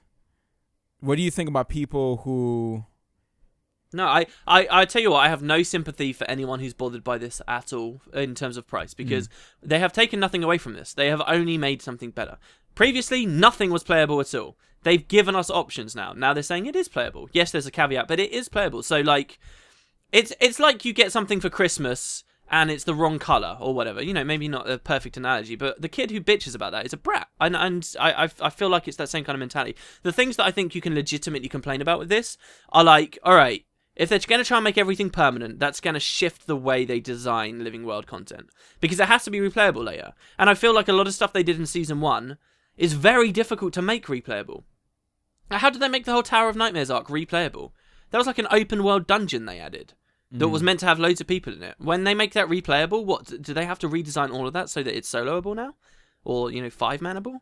Like, and that's going to change perhaps the way they do Season 2 content. Exactly, and that's what is getting me excited. That's what's getting me excited. That the whole point, because at first I was like, the story journal is just, I'm not going to care about it as much. Yeah, it's a cool feature, but I'm not going to go back and replay this stuff. But then I was thinking about it, and I was like, okay, hold up. If you're going to be able to just click it and go in anytime, and, that means they're changing the way the living story is entirely, and it has to be worth 200 gems. Like, they're gonna have to put in some like juicy stuff in this episode. Yeah. It has to be story driven, not this little light-watered story that they have. I'm sorry, it's very light, right? But this is an episode. Like, this has to be juicy, story-driven stuff, and I want this so bad. I'm excited for that. It is. Because, on the other hand, we might just get stuff like the Molten Facility or the instance we had at the top of the Tower of Nightmares or the instance in the Dead End Bar. But that's not going to fly. Nobody's going to pay... you wouldn't pay 200 gems to see the aftermath of, the Season 1 aftermath thing, where it was just that long... It was a long instance with a lot of dialogue in it, to be fair, but it was just sat in a bar. I think there's going to be cutscenes. There's going to be a little bit of talking here. There's got to be a cutscene, in every episode. There's going to be, there's certain ways, because right now they're doing it in-game, right? They don't do that little personal story, see one character on one side. Yeah, and I hope they never go back to that. Yeah, I don't think they're going to do that anymore. So they've been changing that through the living story to see what works and what people like, and a lot of people have liked the cutscenes. So I'm pretty sure each episode is probably going to begin with a nice little cutscene, and then it's probably going to be a personal instance, maybe. I'm pretty sure it has to be an instance. If it's in Lion's Arch, then it's going to be like an instance within Lion's Arch when you go back and replay it. An old version of Lion's Arch. Yeah. So in a year when Lion's Arch is rebuilt, if you replay Season 2 stuff, you go into the destroyed version. Exactly. Yeah. The thing is with it, I'm not sure...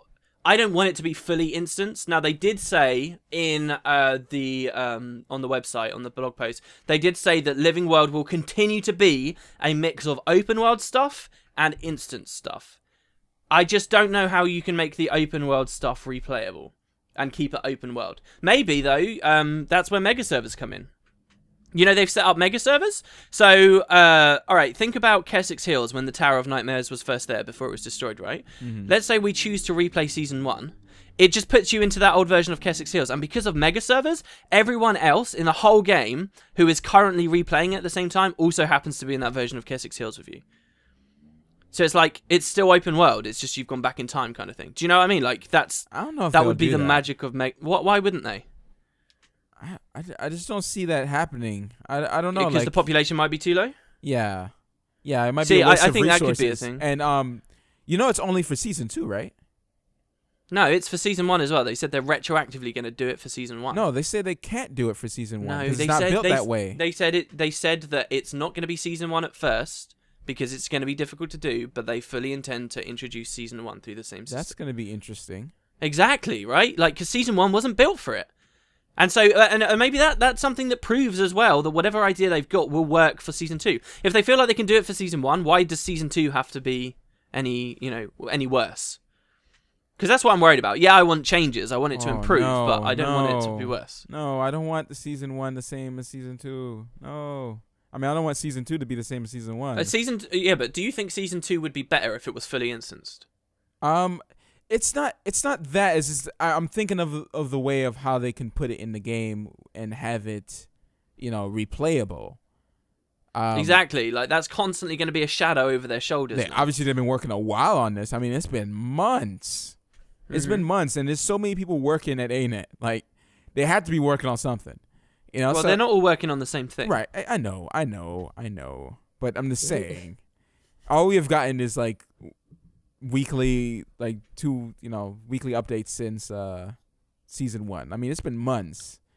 Dude, I really think with this announcement of the story journal, okay, that's pushed Living World much stronger. I've always had this opinion. Living World is good, but it's not good enough on its own. I still want an expansion. Like, it's perfect to tide people over. Oh, you know what they're pushing for. They're pushing for Living World to be that content. No, I mean, that's what you've always thought. And I agree that that's what they've always said in interviews, and I can see why people would. But I really think they've announced this story journal. If they now announce something big as well... And then you have to pay an extra bit to unlock that episode? No. That's just, they sell It'll be something separate, you think? You think it will be in your story journal? Like, oh, to unlock this big arc... No. It'll be totally separate. I can't wait. It'll be so good. Dude, like, I was thinking about that. I was like, maybe... I was thinking about the same thing, like, yesterday. And I was like, maybe the journal is a way for people to go back and watch everything, so when the expansion comes out, like, people are ready, like, they're invested, and the expansion would make sense. And because they said through the blog, you can play this content, you can play the living story before you do the personal instance, but it will make more sense if you complete the personal instance. They were saying a lot of stuff throughout the blog, and I'm like, what y'all trying to say? You trying to develop to something? Trying to get that expansion going? Some of that cantha? The other announcement as well that I just wanted to get your take on a little bit too was how they're changing achievements to actually be achievements and difficult. What do you think of that? I mean, have you got any? So because they it's not a 2-week window, they can now change achievements to not be easy. And some of them be hard, and you can always go back and finish them. I think that might be a good change for people who enjoy achievements. Enjoy the Do you think it will add actual value to achievements? I like the achievement system. I love it. I think it's the best in any game I've played, really. Even though they're all like really easy. Hey, log in, speak to an NPC, boom, achievement. Yeah, but the thing is, I've kind of like haven't cared anymore about the achievements. Do you think you'd care if they were hard? I think I would care if the rewards were better. And I always go back to this because I'm just a loot-based guy. I mean, I'm not necessarily a loot-based guy, but I do like good rewards. And it's kind of lost its flair after a while. So you're not interested in the Radiant or the Hellfire armors? Yeah, I already have full Radiant, so it doesn't really matter. You don't though, because they added new ones, didn't they? That are way up there. Yeah, but I don't like the armor sets. Yeah, so they're really ugly. Not the Hellfire, but the Radiant. I mean, Hellfire looks pretty cool, but it's not my cup of tea. If they release another set of weapons after Zenith weapons that you could only get at like 25,000 plus AP, do you think you'd start caring more? It depends on the way. I think it depends on the skins.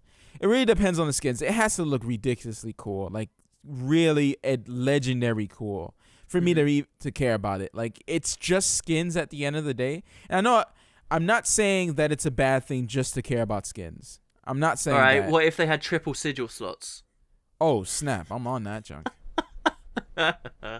Progression is my thing, man. I like to feel like my character is more powerful. I like to feel that. I like, or it could be like a skill that no one has. I want some. Anyway, before we move too far away, for me, I really liked the achievement change. I'm really happy that they're going to be difficult. I love the Liadri fight. I love that it gets people talking about difficult stuff, showing their strats off, the kind of content that people want to put YouTube videos up, showing how they managed to do it, showing that they could do it naked, stuff like that. That's really cool. I love that. And if there's one every patch, I'm going to be through the roof. That's what I like, though. It's not going to be the achievement that gets me to play. It's going to be stuff like Liandry. Because it's difficult. Because like it's Liandry difficult. 8 orbs and stuff. That's what I like. Anyway, so I said this. Before the podcast, I told you I had a comment I wanted to read for you. It was on this topic. It was someone's response to what I had to say. I like to think we just had a well-reasoned discussion there about it. This guy said, I'd like your take on this. Wow, that sounds dumb as hell if they do achievements like that. The reason I haven't touched the damn game in months at this point is that they keep catering to pathetic EP losers who want to brag about how skilled they are. Organising a large damn group isn't skilled, it means you're patient and have tons of friends or followers. Good thing I never cared much for achievements. I will treat this the same way I treated homework back when I was in high school and college. If a 5-page paper got me an A and a 25-page paper got me an A+, I would go for the A. The effort for such a pathetic increase wasn't worth it. Wow. Do you think this is just catering to pathetic EP losers? Wow. Let me reread this bit. The reason I haven't touched the damn game in months is that they keep catering to pathetic EP losers. They keep catering to the hardcore audiences, man, and it's screwing the casuals over. What do you think about that? Wow. Yeah, that's the part which it kind of. Wow. This guy obviously has not played the.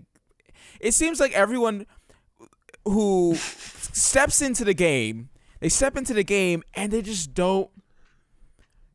They play for like to max and they don't learn the game. They don't learn what you can do. Nothing. They're just like, this game sucks, and they just leave, and they don't even explore what the game has to offer. No end game.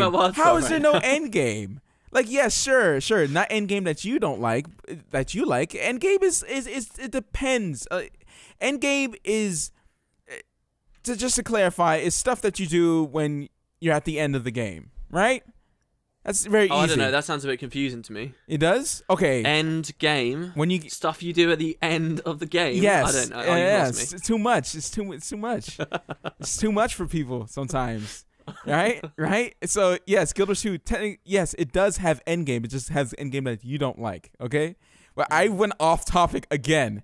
Anyways, this Guild Wars 2 does not cater to hardcore. Okay. Okay. It does not cater to hardcore. It caters to pathetic EP losers. Get it right. Oh my God. EP? What was it? EP?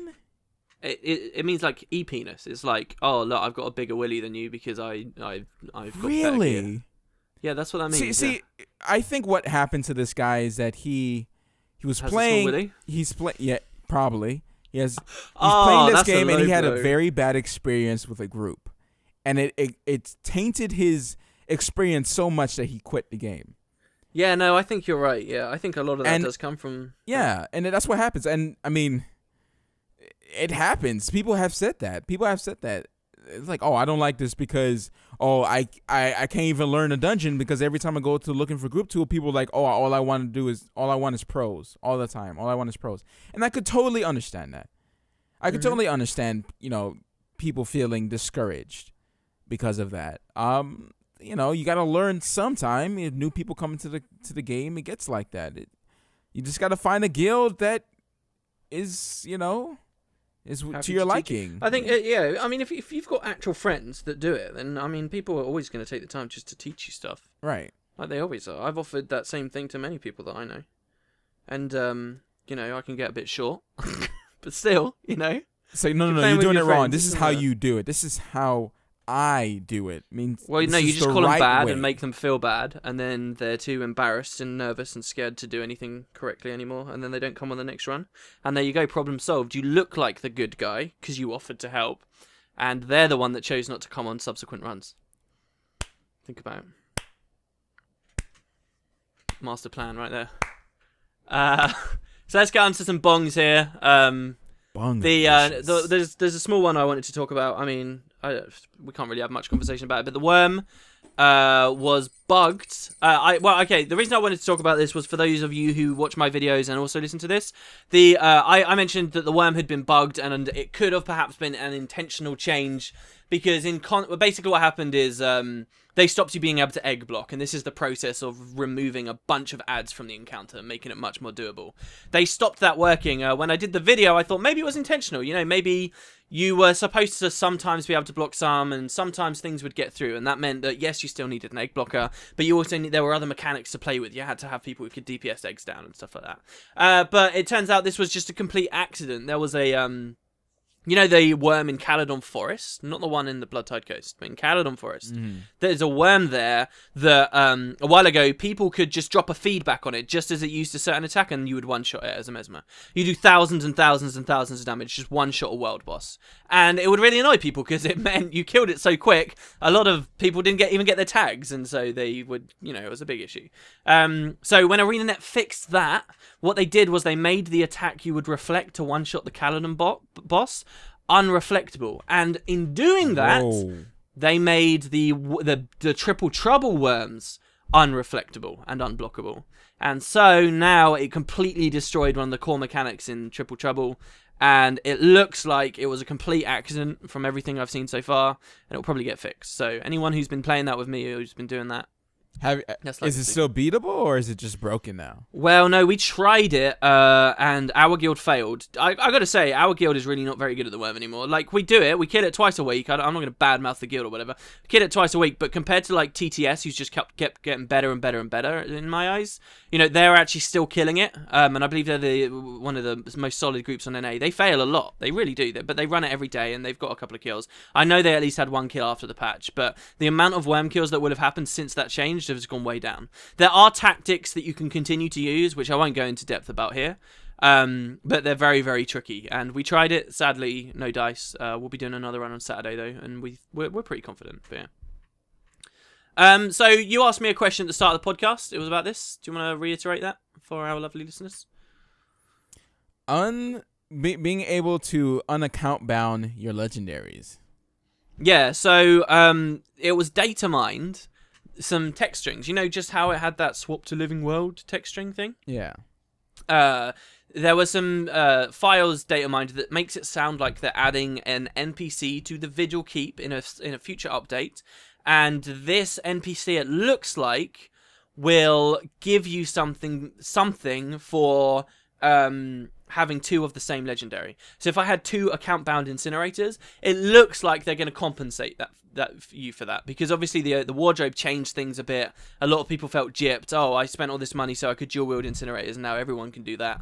This kind of sucks. So it seems like my theory is you'll be able to speak to this NPC, and the NPC will take the account binding off of one of them, so maybe you can sell it. Or they could do other things. You know, they could just give you gifts, like gift of the fortune and stuff. So that only legendaries or ascended as well. I reckon only legendaries. That'd be good for those rings. All those extra rings. Unaccount bind the rings. That's a crazy feature. A very different feature we're now talking about. But yeah. Money, money, money. Well, all we really need is to be able to salvage those rings down, man. I don't agree with putting the rings on the trading post, because that would just undervalue like all the content. No, I was meaning because you said to give you gifts or something like that. Oh, yeah, exactly. Yeah, like we should be able to salvage those, man. We should be able to salvage them for ascended materials. Maybe when they add ascended jewel crafting, that's when they'll finally add that in. I mean, at the end of the day, jewel crafting was always about trinkets, so... But yeah, that seems like it's a while off. The next little thing, bong! I think that's the first time I've actually said bong. There's build templates coming. I never really talked about this at all, but, you know, we did on the podcast, we were like, oh, hey, yeah, look... I've got this new build box, this build window, and like, you can check everything out in PvP. Yeah. And I said, oh, it looks like there could be another tab here where you load and save templates. Looks like that's exactly what they're doing. They actually asked on the forums, so check it out if you guys are really interested in this feature. They are asking players what they want to see in build templates. They're specifically looking for your answers on that question before they implement it. So, but it's definitely obviously on their mind, and it'll be coming. Bong, another change, dungeons. Loads of stuff has changed with dungeons, namely just to make it a little bit harder to stack in certain encounters. It's not broken any dungeons by any stretch, it just means you have to change your strategies a little bit. Some bosses that were reflectable are now no longer reflectable, and I'm curious, what do you think about this, right? Yeah. Guild Wars 2 has got skills that allow you to reflect projectiles, right? They are incredibly powerful. They are so powerful that in a lot of situations, ArenaNet just have to put this kind of cheap flag on projectiles and bosses that says, okay, you cannot reflect it. So instead of it being, oh, feedback, you reflect enemy projectiles, it's feedback, you reflect enemy projectiles, except you don't really. You know, and it's like... I feel like there was a disconnect between dungeon creators and the combat of the game.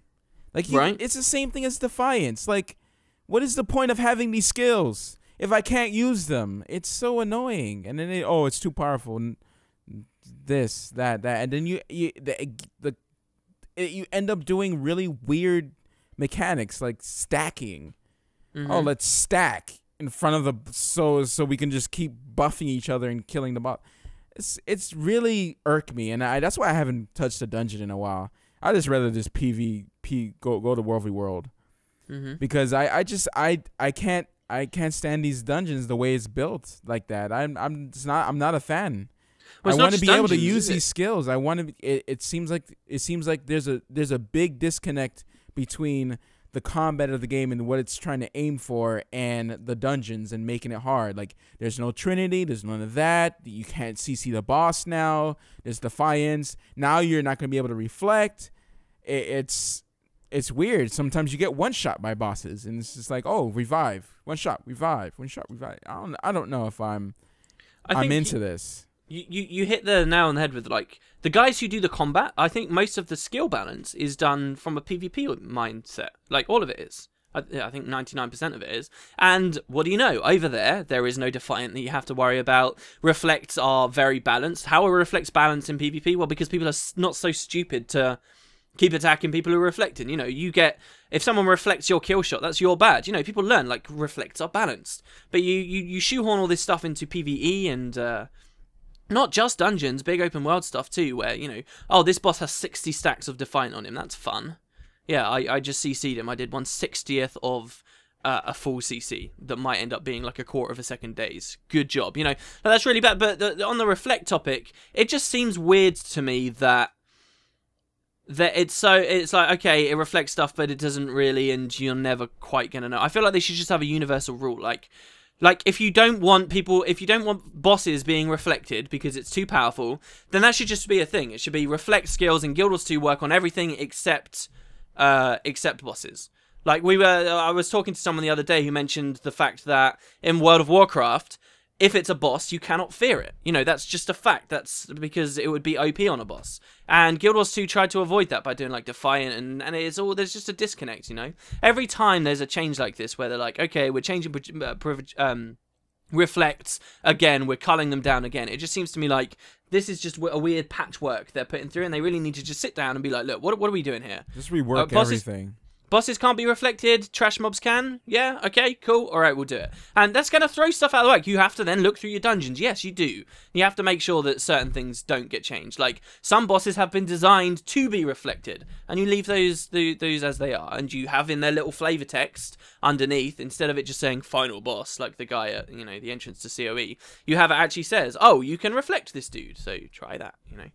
Anyway, it's something I always find interesting, and there's been more. Basically, the dungeon changes have mostly revolved around that. Some other ones are like AI changes, so they actually use dangerous attacks while you're stacked and whatever.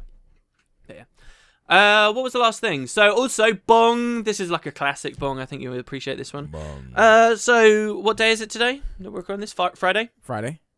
Tomorrow there's a live stream. That's yesterday for you guys, so you won't be able to tune in live. But you can go to twitch.tv/Guild Wars 2, I think is their channel, right? And you can watch their live stream where they are talking about the Living Story Journal. And there should be a lot more information there. They'll probably be playing with it available for you to see. And maybe some more tidbits about Season 2 and stuff. So that is something coming up. I'm really interested in see how many people get excited about that. And, right? and see what they're saying in chat. Because you ever see some of the chat? There's a lot of trolls, but you should listen to... You ever read some of the Twitch chat?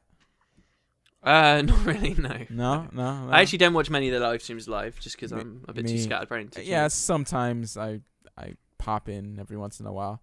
But the devs need... They're very... Some of them are very, like, I don't know, mellow, I guess?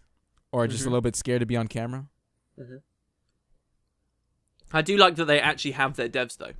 The fact that it is the devs rather than just, you know, hey, I'm the public face of ArenaNet. And, you know, just... Well, I don't know. Maybe a blend of those two would be nice. So if the devs can't do it, don't force them to do it. You know? I don't think any of them have been forced to. Oh. Sure, there's loads of way more socially awkward people working in their company who have been... Oh, yes, they are. I remember the tour I got from ArenaNet, and then...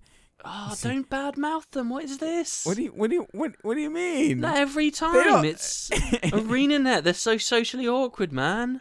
No, they're not. Podcast. No, they're not. I'm talking about the random like guys doing art, and they're like looking like, why is he looking at me? It's just, oh, jeez. I doubt that any of them listen, and they don't know. I'm not talking about all of them. I'm just talking about like this one guy. Just oh, one guy now. One guy. I don't know whether this is better or worse. That you were first saying it was a whole company, or now you singled out one dude. No, I said one there dude was is some now there people like at ANET when I was getting the tour that were socially awkward. Okay. There was Did a couple you, shake guys. his There was a hand? couple guys. Here's a question. As a not socially awkward person, how do you break someone out of that? How do you approach like interacting with them? How far can you go? What can you do? Do you lay it on the table? Do you go, look, I can see you're a little bit awkward having this chat. Don't worry about it, man. Don't worry. Pat him on the head. Look. Pat him on the head like a dog. You expect them to take a, It's not good. No. So no. Well, I've had socially awkward friends before. You talk with them something that they enjoy, so they have no problem talking to you. Like they can join the conversation very easily because they know about that subject and they're passionate about that subject. So that's a very easy way to like. Well, I mean, it's different for each person, obviously, but that's what worked for a couple guys I knew. Okay, there you go, guys. Take that one to the bank. To the bank. I think we're done with the topics. We're done with the bungs. That was sort of the news roundup. Woody's roundup. He's the rootinest, tootinest cowboy around. I don't know the song. Wow. Okay. We can move on from that, right? Yeah. Can you cut that? Can you do me a favor? Just cut. No, we're gonna leave that in. But okay. The next question. Well, okay. The first question. First question is from Doug Harrenshaw, who says, "Dear Matty and Anton Jakob, I'm not gonna lie, this question was chosen just because you called me Anton Jakob. All right, good job. Just throwing it out there. Anyone who watched the Raven, you're good in our book. Is that fair? Yeah, enough to definitely. There you go. That's true supporters right there. Anyone still talking about the Raven a year from now? It's a lot of respect. We just alienated like all of our audience. Well, no, it just means that they can watch us playing Ether 1. It's good. Don't worry about it. They'll be like, oh, I should do it. I'll make references. This is 6 months from now. Character creation is so much fun until you get to the end and the character name you wanted is already taken.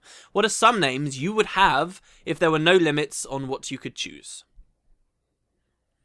Now, I've got a story about the first name I ever tried to make. I may have spoken about it before. All right, go ahead.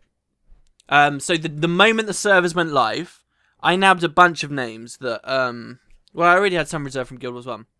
Liz was one of the ones I grabbed straight away, and like almost instantly. I was like, Liz, bang, got it. Natalie, who ended up my beautiful, fantastic male non-character, I grabbed just because it was a nice, pretty name. But that was like a little bit later, I guess. You mean that ugly black blonde thing that you have going on? She's called Natalie. It's a man, isn't it? No, it's a lady. No, it's not. not. You would call a man Natalie. What are you talking about? You sure? I swear I saw like a ugly Norn that you had on your channel. I can't remember what it was. Was that seriously a girl? Yeah, you're trolling me. It's a guy. I know it's a guy. It was so ugly. But it's supposed to be a girl. She's called Natalie, all right? So look, look, how close can you make a male Norn look like a female Norn? That's it. That's all it was. Right? Nasty. And for the record, she's not that ugly. She's just got a bit of a mangled face and long blonde hair. You just don't see that combo that much, you know. Anyway, so I took Natalie, but the very first name I ever tried to get, ever, and I don't know whether the devs had sealed it off or not, but I tried to get the name God, just G-O-D. Oh my god! The second I logged in, I was like, God, and it didn't work. I was like, damn it. So I don't think you could get that. It's a good name, right? Though, don't you think? I don't think you could get that. That would be pretty crazy, but I don't think you could get that. I think that's one of those names that they're like, nope, can't have this name. Like curse words or anything what else do you think they would have got rid of? If they got rid of God, did they get rid of Jesus? Probably, yes. I reckon they probably got rid of Muhammad. I think that's probably very likely. Yeah, like all like religious stuff. Like I'm pretty sure they got rid of that because. I wonder if they got rid of Yahweh. What? Do you know what Yahweh is? No. I believe it's the traditional Jewish name for God. Y-A-W. No, Y-A-H. W-E-H. Yahweh. And Yahweh was the national god of the Iron Age kingdoms of Israel and Judah. The name probably originated as an epithet of the god El. And anyway, probably things like Nazi as well. Yeah, Hitler was probably gone. I did see a guy. You did. What do you think about the professions though? Like, could I just make a character called Elementalist? Probably not. Well, you can actually. It turns out. When I first started playing the game, there was a guy on Emery Bay. Literally, the first hour of the game, I saw him running around in Queensdale, and he had the name Thief. It was just Thief. What? No, that's pretty awesome. More I would awesome think that they God. would just remove that, but I guess not. Yeah, no. So that one was at least available. And yeah, Guild Wars 2 was always sort of tricky, wasn't it? Because especially if you hadn't played the first game, most good two-name words had already been reserved. All the single word names were up for grabs because you could never get those in GW1. That's why I was so excited by God. You'll notice all the names I just told you, they're all one word. Anything else you could have got in the first game. But yeah, I mean, it sort of sucks. I don't really have that many. I guess I've got quite a few names, but I don't mind that much. I suck at naming stuff anyway. What's the worst you ever went for? I wanted I like basic stuff sometimes. Sometimes I like to go like really basic, like short red. names, yeah? Yeah, like red, dude. or like names that you'd never think you would get, or like free or lore, or I got on Wildstar. Of course, I got visual. Of course, I always try to get visual, and for science. For science, I got for science. Is he of that path, that like scientist path or whatever it is? Yeah, yeah, he is. Okay, cool. For science, yeah. So like, you know, like myth, you know, stuff like that, basic stuff, legend. I love stuff like that. Just one word, regular stuff that just be awesome to have, and you can combine it with titles as well. Yeah, Day9's talked about how he named himself, and he said the exact same thing you just did. He was like, "Look, I really wanted a short name. The 9, like, there's something about him that he likes the word 9 or something, so he slept on the end." But yeah, Day. You know, it's a short word, isn't it? Day. It'd be kind of cool to just be Day.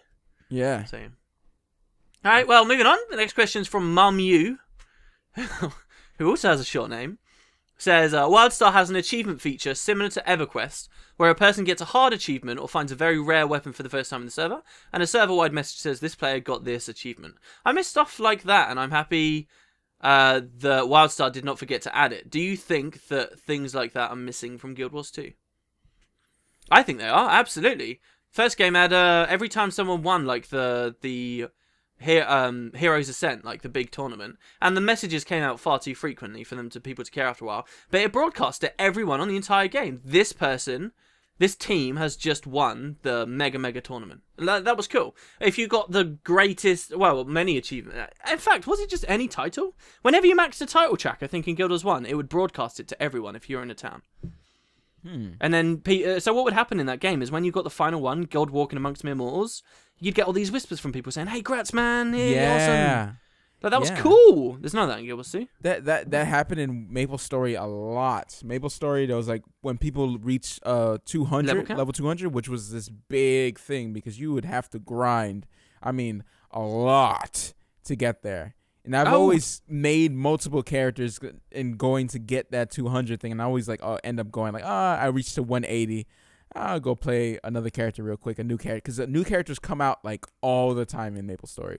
But in Guild Wars 2, you know, like for instance, if someone got a rare drop from a black lion chest, like a hairstylist, permanent hairstylist, or something like that, it should be announced throughout the world. Oh, you're right. Yeah, that's a great example of what should be announced. Yeah, like stuff I think like achievement thresholds as well. If you hit like 10k achievements, it should broadcast it. If you hit 20k, it should broadcast it. And if maybe that should be a floating broadcast as well. Maybe actually it should only be people who hit 20k plus at the moment. Yeah, that would be good as well. And then it's 10 months time, it moves up to 30k, so you know, it's not crazy spam everywhere. Like what would be cool is when they add content to add those world first things, world first. And what would be cool if even if the legendaries weren't sold on the trading post, it would have been really cool to actually have that as well. So when someone actually got the legendary, you know, they felt special. Like, oh, dude, yeah. How good would it have been with the worm? Like where when we finally killed it, it broadcasted to everyone after days and days and days of effort. The great jungle worm has just been slain. Bye, and then it's got whatever. Oh, that'd be so cool. Yep. It would be so cool. I'd love those messages. But you have to be careful. The caveat to this is you have to not have them very regular. You do stuff like this, they have to be rare. Otherwise, people just filter them out. Especially with Guild Wars 2's chat system, it would be like an option on their disable server messages. They wouldn't look. You have to have them be rare. Yeah. Really challenging things. And that's why Wild First are so good, because they only come up once and then they're gone. So, you know, that's fine. Also, let's talk about it on the podcast, because I never really got many thoughts from you out of it. What do you think of Maple Story 2? Oh my gosh. Okay, so the trailer, they always do their anime trailers so awesome. It looked really cool. But I mean, this was 3D. Then I saw gameplay. Mm-hmm. And do you want to tell people I what was Maple very Story... confused. I was like, what the hell are they doing? Yeah, so Maple Story is a 2D MMO. It's yes, 2D play. A very good one. The combat is solid. And everything. And there's a lot of graphics that go into these 2D MMOs. Like, the areas look amazing. And they're turning it into some 3D bubble crap. It looks so bad. It really now looks like a game I would give to my 7-year-old niece. It looks so basic. Like, all those cool skills, all those flashy, awesome stuff, everything, all those cool gears you have and everything, with Maple Story 1, if you've played Maple Story, all gone. Yes, you can create your character like and make him look all crazy and stuff, but it's like they put it in the most simplest form. It's ridiculous. Like, what are these guys doing? This is not Maple Story. It doesn't look anything like it. It really doesn't. They could have made a better 2D MMO and maybe had some 3D sections. I don't know. But they could have made it so... Oh, my... What is wrong with 2D? 2D is just fine. And it's not even 3D. It's like... what do you call that? Is there blocks that you move on to? Do you move on to each block? Or is you could move around as you please? No, you have full three degrees of freedom. Okay. You can move up. You can move forward, backwards, left, and right. Isometric view? Is that what it's called? No. Isometric is like a graphical style. Oh yeah, no. Isometric is like a way of saying top down, but it's not. It's not always isometric at all. Like for example, here, as an example, this trailer here. Wow, what is that huge link you sent me? Jesus. No, that was the you. dinosaur bone. Jesus. Anyway, look at 30 seconds in. That is not isometric. That's over the shoulder almost. Okay. That they're doing. I think you sent it to the wrong guy again. Oh, never mind. No, I didn't. 30 seconds in.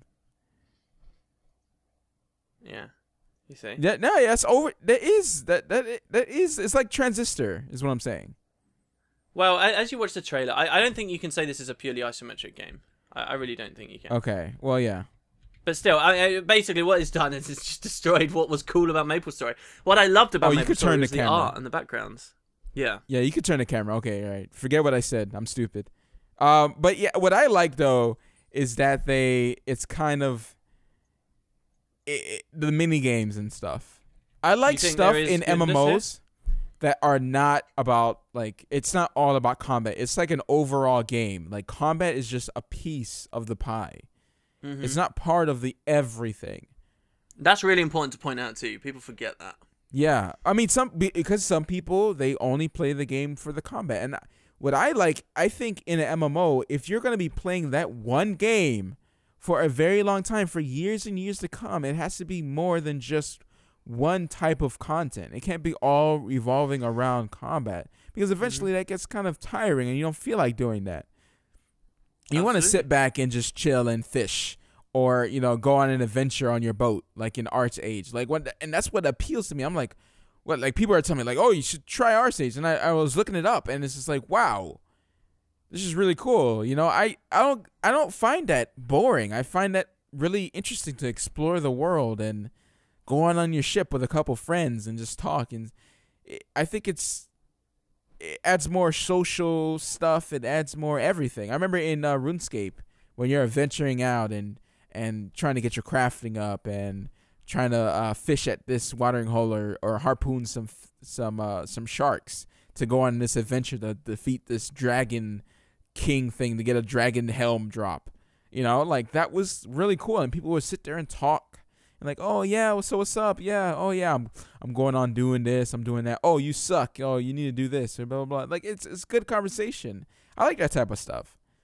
Mm-hmm. I don't know. That's just me. It could be just me, but I like more stuff than just combat. And I feel like since Guild Wars 2, and I know I've said this before, since Guild Wars 2 is going full on into this like having a lot of casual stuff and no gear grind, none of this.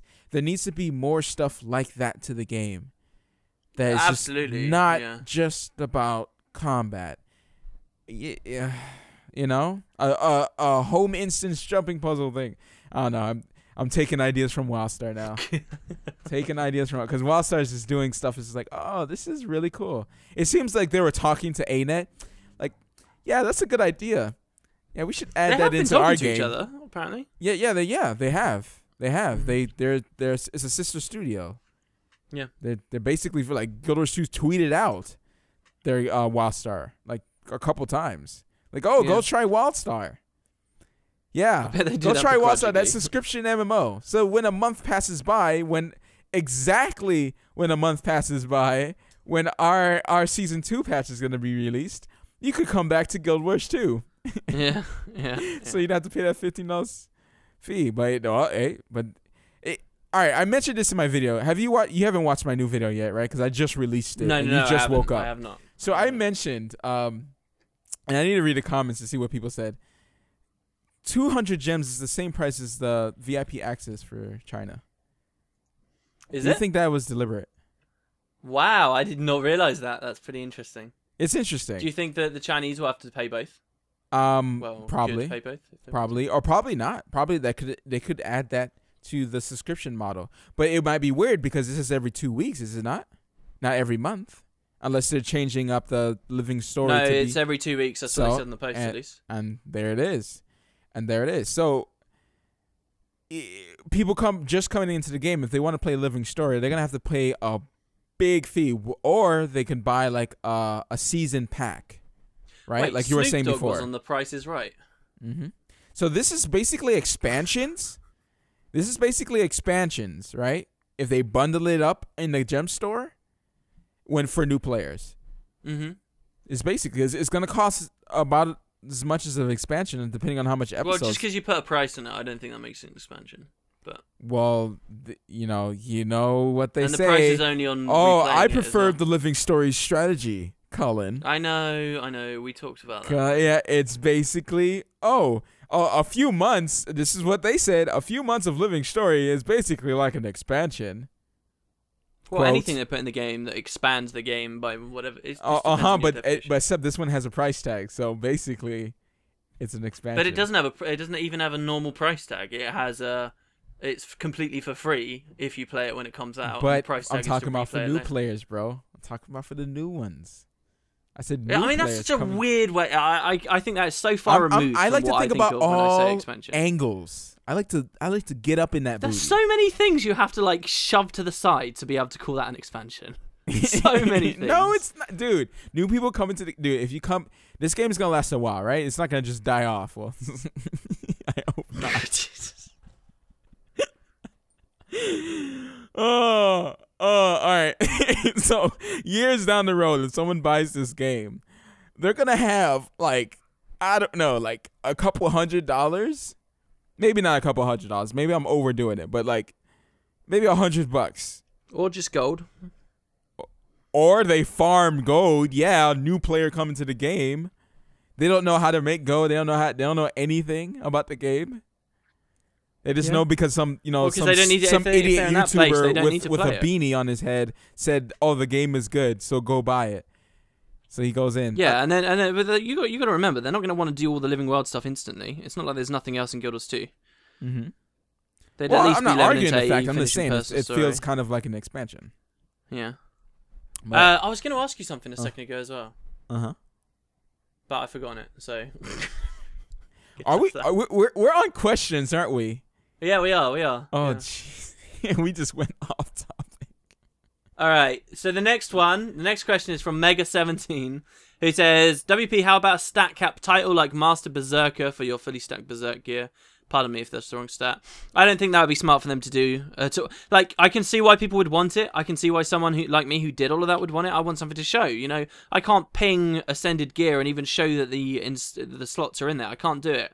But I think they do that deliberately because they've been very careful with this game to not add an inspect feature, and like they don't want people to be able to discriminate easily based on gear. So by doing by adding a title for that, dueling, by adding a title for that somewhere down the road, they could be like, "Oh right, we're not going to take you in our dungeon run unless you've got Master Berserker." And yeah, we're a long way from that, and I doubt that would ever happen. But you know, just in principle, conceptually, I don't think they do it. If they don't add first person mode because conceptually they want you to be able to see your gear all the time, even though it would be such a positive thing for the game, I can't see why they'd make an exception here either. And so that's why I think we don't get it. I in general, maybe it would be more positive for the game than it would be negative. You know, maybe a lot more people would consider going for that and spend a lot more time in game and doing stuff. But I think it's just against high level concepts they have, and it won't ever happen. Everyone's friendly. A bit like dueling, right? Yep. Yeah. The next question. Right, why have we got this question? Was this one I pushed for? I don't know. All right. Some of these are last week, so. Because we didn't do them last week's. Last week's podcast was like, there was nothing. Nine-Tailed Fate says, Liadri the Blazing Light, WTF WP, it's the Concealing Dark. The reason I said that, the Blazing Light is there's a character called Suriel the Blazing Light. Like early on in the arenas, she's like who you kill to get out of tier 1 on the arenas. So, and then later on there's the Concealing Dark. I guess they're meant to be like sisters, Suriel and Liadri. But we had patch notes just before the patch went out, so to help us like do a video on it.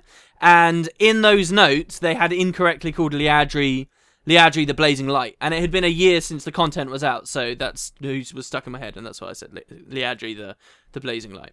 So yeah, that was my mistake, but it wasn't totally my mistake in total. But yeah. The next question. I did not pick that question. Yeah, right. The next question is from St. Me, who says, question for VisualWood, Carbine does... Oh, this is a big one. Okay, you ready for this?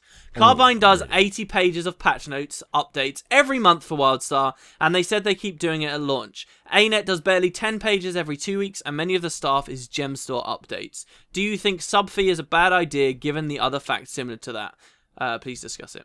So what do you think? All right. Well, I think it's easy to first. I think it's easy just to pick on a game that you previously played because you're enjoying another game. I think it's very easy to do that. But there's two questions there, right? The first one is what? The patch one. Right? Well, yeah. I think there's two things to pick at. Yeah. He's saying because Wildstar has more information in their patch notes, that must mean that you need a subscription fee. Like, and I think that's just so far removed. Like, there's 2 points here with me. Okay, number one, I think you could the size of the patch notes speaks nothing to the quality of the content. I'm sure ArenaNet could write an 80-page essay about every tiny update they want to do and put it in the patch notes. That doesn't mean that there's more content going in. Like, so really, that has no bearing on the content that's actually been pushed in the game. And secondly, I don't think you can even make any long-term statements about Wildstar since the game's not out yet. It's a new game. They're going to have loads of huge patches. It happens for any MMO that comes out, right? Tons of stuff. So, you know, you can't even say 10 months down the line they'll still have 80 pages of patch notes, can you? All right, so I think I'm guessing what he's getting at is more content. Is that what he thinks because there is 80 pages of patch notes, Wildstar has more content going into it than GW2. Right. Which is, I mean, the game, like you said, the game just launched, so there's a lot of changes going on because of the beta. You can't really say, okay, this GW2 that's been out for like 2 years now that has fixed a lot of the issues, right, that were in beta, right?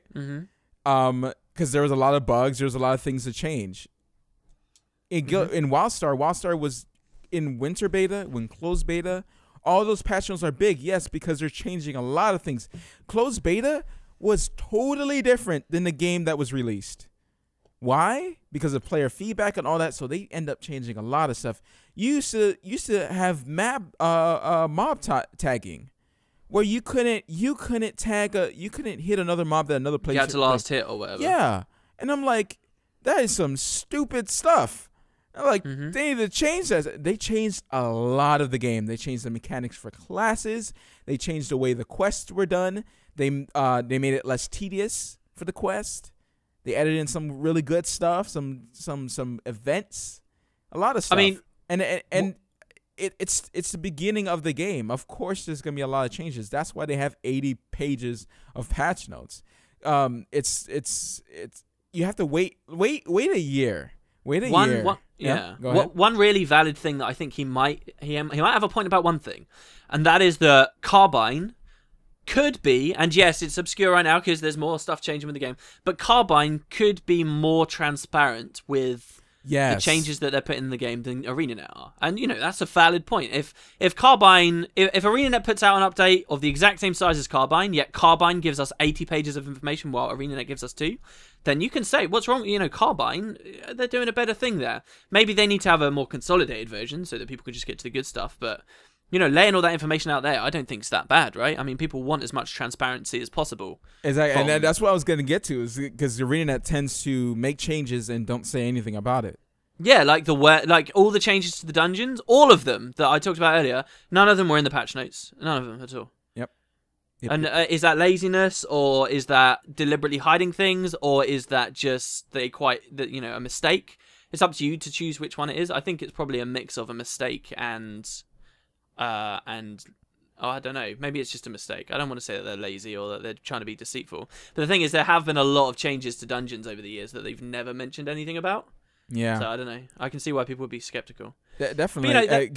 But see, the Wildstar, it's just go on the other side. Wildstar has been transparent since the beginning. Like, the devs are sitting up there on live stream answering like tough questions, and they're not even afraid to say, oh, everyone's playing ESO, so thank you for like, because they were streaming during the launch.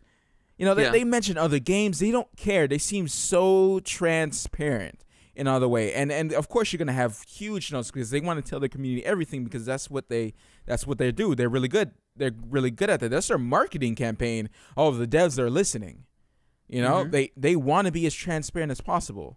They tell you everything that's in the game before you buy it as well. Like, a lot of people don't do that. Yeah, Arena didn't tell you about the end game or anything like that. They told you their ideas, but not how they'd been implemented, on how good they were. Wildstar told you exactly what they had. They said they had five adventures, 2 dungeons, and 2 raids. Well, I mean, by the same token, ArenaNet would have just said we have 8 dungeons. And each has a bunch of parts, No, but they showed each dungeon. They showed each dungeon before it was released. Like not every single dungeon. Of course, they didn't want to leave the spoilers, but they showed them. They showed the raids. They showed everything. They tell you exactly some of them, even the mechanics as well. Here's a great example. If Carbine? Yeah, Carbine. Yeah, Carbine. Right. If Carbine had the equivalent of the Zaitan fight in Wildstar at launch, and people found it and started complaining, do you think they would tell the community about it and they'd say, look, this is what happened? Sorry, it was messed up. We'll explain why. And then because say whether they are fixing it or not. They do a weekly live stream where people just ask questions and they show new content and stuff like that. Yes, they will. While ArenaNet were too scared to mention it even exists. Yeah, that's a big difference. Like, I've been watching their live streams and everything, and they're super down to like say anything, really. They mistakes has happened on stream and they're like, hey, listen, this is what happened. Like, they it's just so like, it's so real, and it's good. I kind of like that they're that way, and they don't really hide things. If they mess up, they mess up, and yeah, there's certain situations where they're gonna have to not say anything though. You just have to see developers have to know which situations should they not say anything, which one they should. And there was this case on the forums where people were going crazy about spell slingers, but because they changed the mechanic before launch, and people are just going nuts. And some of it was kind of valid, but they didn't say anything, and they were quick to say, "Oh, I thought the devs were listening. Why hasn't the dev said anything about this?" But in a sense, like, why? I mean, he's already said he's working on it. Like, he doesn't need to go in the forums and comment on every thread of people just bashing him, telling him that he should lose his job. The dev should lose his job because of his change. Because the change fixed a lot of the problems with the class, but also added like a little bit of clunkiness, you know? Mm-hmm. Which I can agree with, but I mean, it's no reason to like ask for someone's job and all this type of craziness. And I saw that in GW2 community as well the other day. Someone was saying, oh my gosh! I mean, I had to make a video last time I went on the forums. I can't do it. So no, it wasn't even on the forums. It was on Reddit. This was somebody was saying that someone at ArenaNet just needed to lose their job. He said that all of the writers need to lose their job at ArenaNet because they clearly can't tell a good story.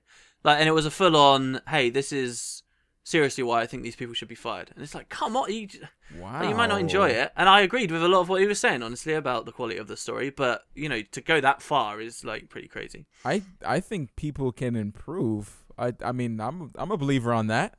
People eventually improve. People make mistakes. But you would never go so far to say, "Oh, all these people should be fired." You know, no. What the hell am I going to ask for someone's job? It's ridiculous. I'm sorry. That's so ridiculous. If you think that way, I'm sorry, man. You must have a sad life. Sad life, man. Asking for people's jobs because you don't like what they have done, like. Oh well, it's not even asking for you to replace them. It's just saying fire them, like. Yeah, it's easy. It's ridiculous. Anyway, so yeah, that's the question pretty much. The other thing, just to slightly touch on, is this whole question is phrased as, "Oh, this is why sub fees are good," and I just don't see the correlation, like, because the game for everything we've described. So just a bit of nonsense, really. Oh, anyway, man. Yeah. Go ahead. Moving on, please. Jargo says, questions. Would you guys also like something not only like gathering cooking ingredients but also planting them? The way that first question is worded is crazy. So you get your own little garden public farming place. Plant your seeds created from things you harvested, tend the seedlings and harvest them. I'd love it. I mean, you were talking about this earlier. Non-combat stuff. Guild Wars 2 would thrive on it. It's a game that caters to casuals in a big way, and non-combat stuff is a really nice way to appease that audience, you know, and I agree. As an individual, yes, though, I would appreciate stuff like that. I'd rather they be focusing on other things, investing in, you know, a more hardcore audience, growing that. But at the end of the day, this would be something I'd see them do more than anything else. But yeah, it'd be nice. Absolutely. Just more disciplines would be cool in general. You got anything to add? I really think there's a misconception with MMO players. A lot of MMO players are not just raiders. A lot of MMO players are not just. I would say they're overwhelmingly casual, wouldn't you? There's people who only play the game to craft and sell stuff on a trading post. And fish, come on, man. And fish, gardening. People play Wildstar just to do housing and decorating because they enjoy that. It's like because they like the MMO bit, like not necessarily the RPG bit. They like the MMO bit. You know, they just like to have a big community where they can run around with their friends. Exactly. And in other MMOs too. I'm not just talking about Guild Wars 2 and Wildstar, but like all of them, like those ones that have those extra bits. I'm pretty sure ArchAge is not going to be. People are excited about that game not because of like I don't know the combat, but because they want their ships and stuff. Because they want their ships. They want their open world PvP. They want their housing. Their crazy housing. They want their planting. They want all that. That's the features why people are looking at ArchAge. That's the reason why people enjoy Wildstar, and that that's why people have picked it up. That's why these MMOs are that. I mean, it's a plus when you enjoy the combat. It's a plus. And I want some of those stuff for Guild Wars. I've been saying that for so long. I want some of those stuff for Guild Wars 2. I feel like it's lacking in so many stuff. Guild Wars 2 has such a good foundation. I just would love for them to build on it so much. And Season 2, I still can't wait for that. Even though it's probably just gonna be like just story stuff, which I'm fine with. I'm very happy with because I'm really hoping that they change the game. Excited. Huh? And a new new map is really what's yeah. And a new map, yeah. So yeah, more combat stuff, sure. But I really hope that even though it's not high on the priority list, I understand that. That would be nice. Because not everyone who plays MMOs is, it's about that. Some people like to play one game and have that one character and invest all their time on that one character. Some people really enjoy that.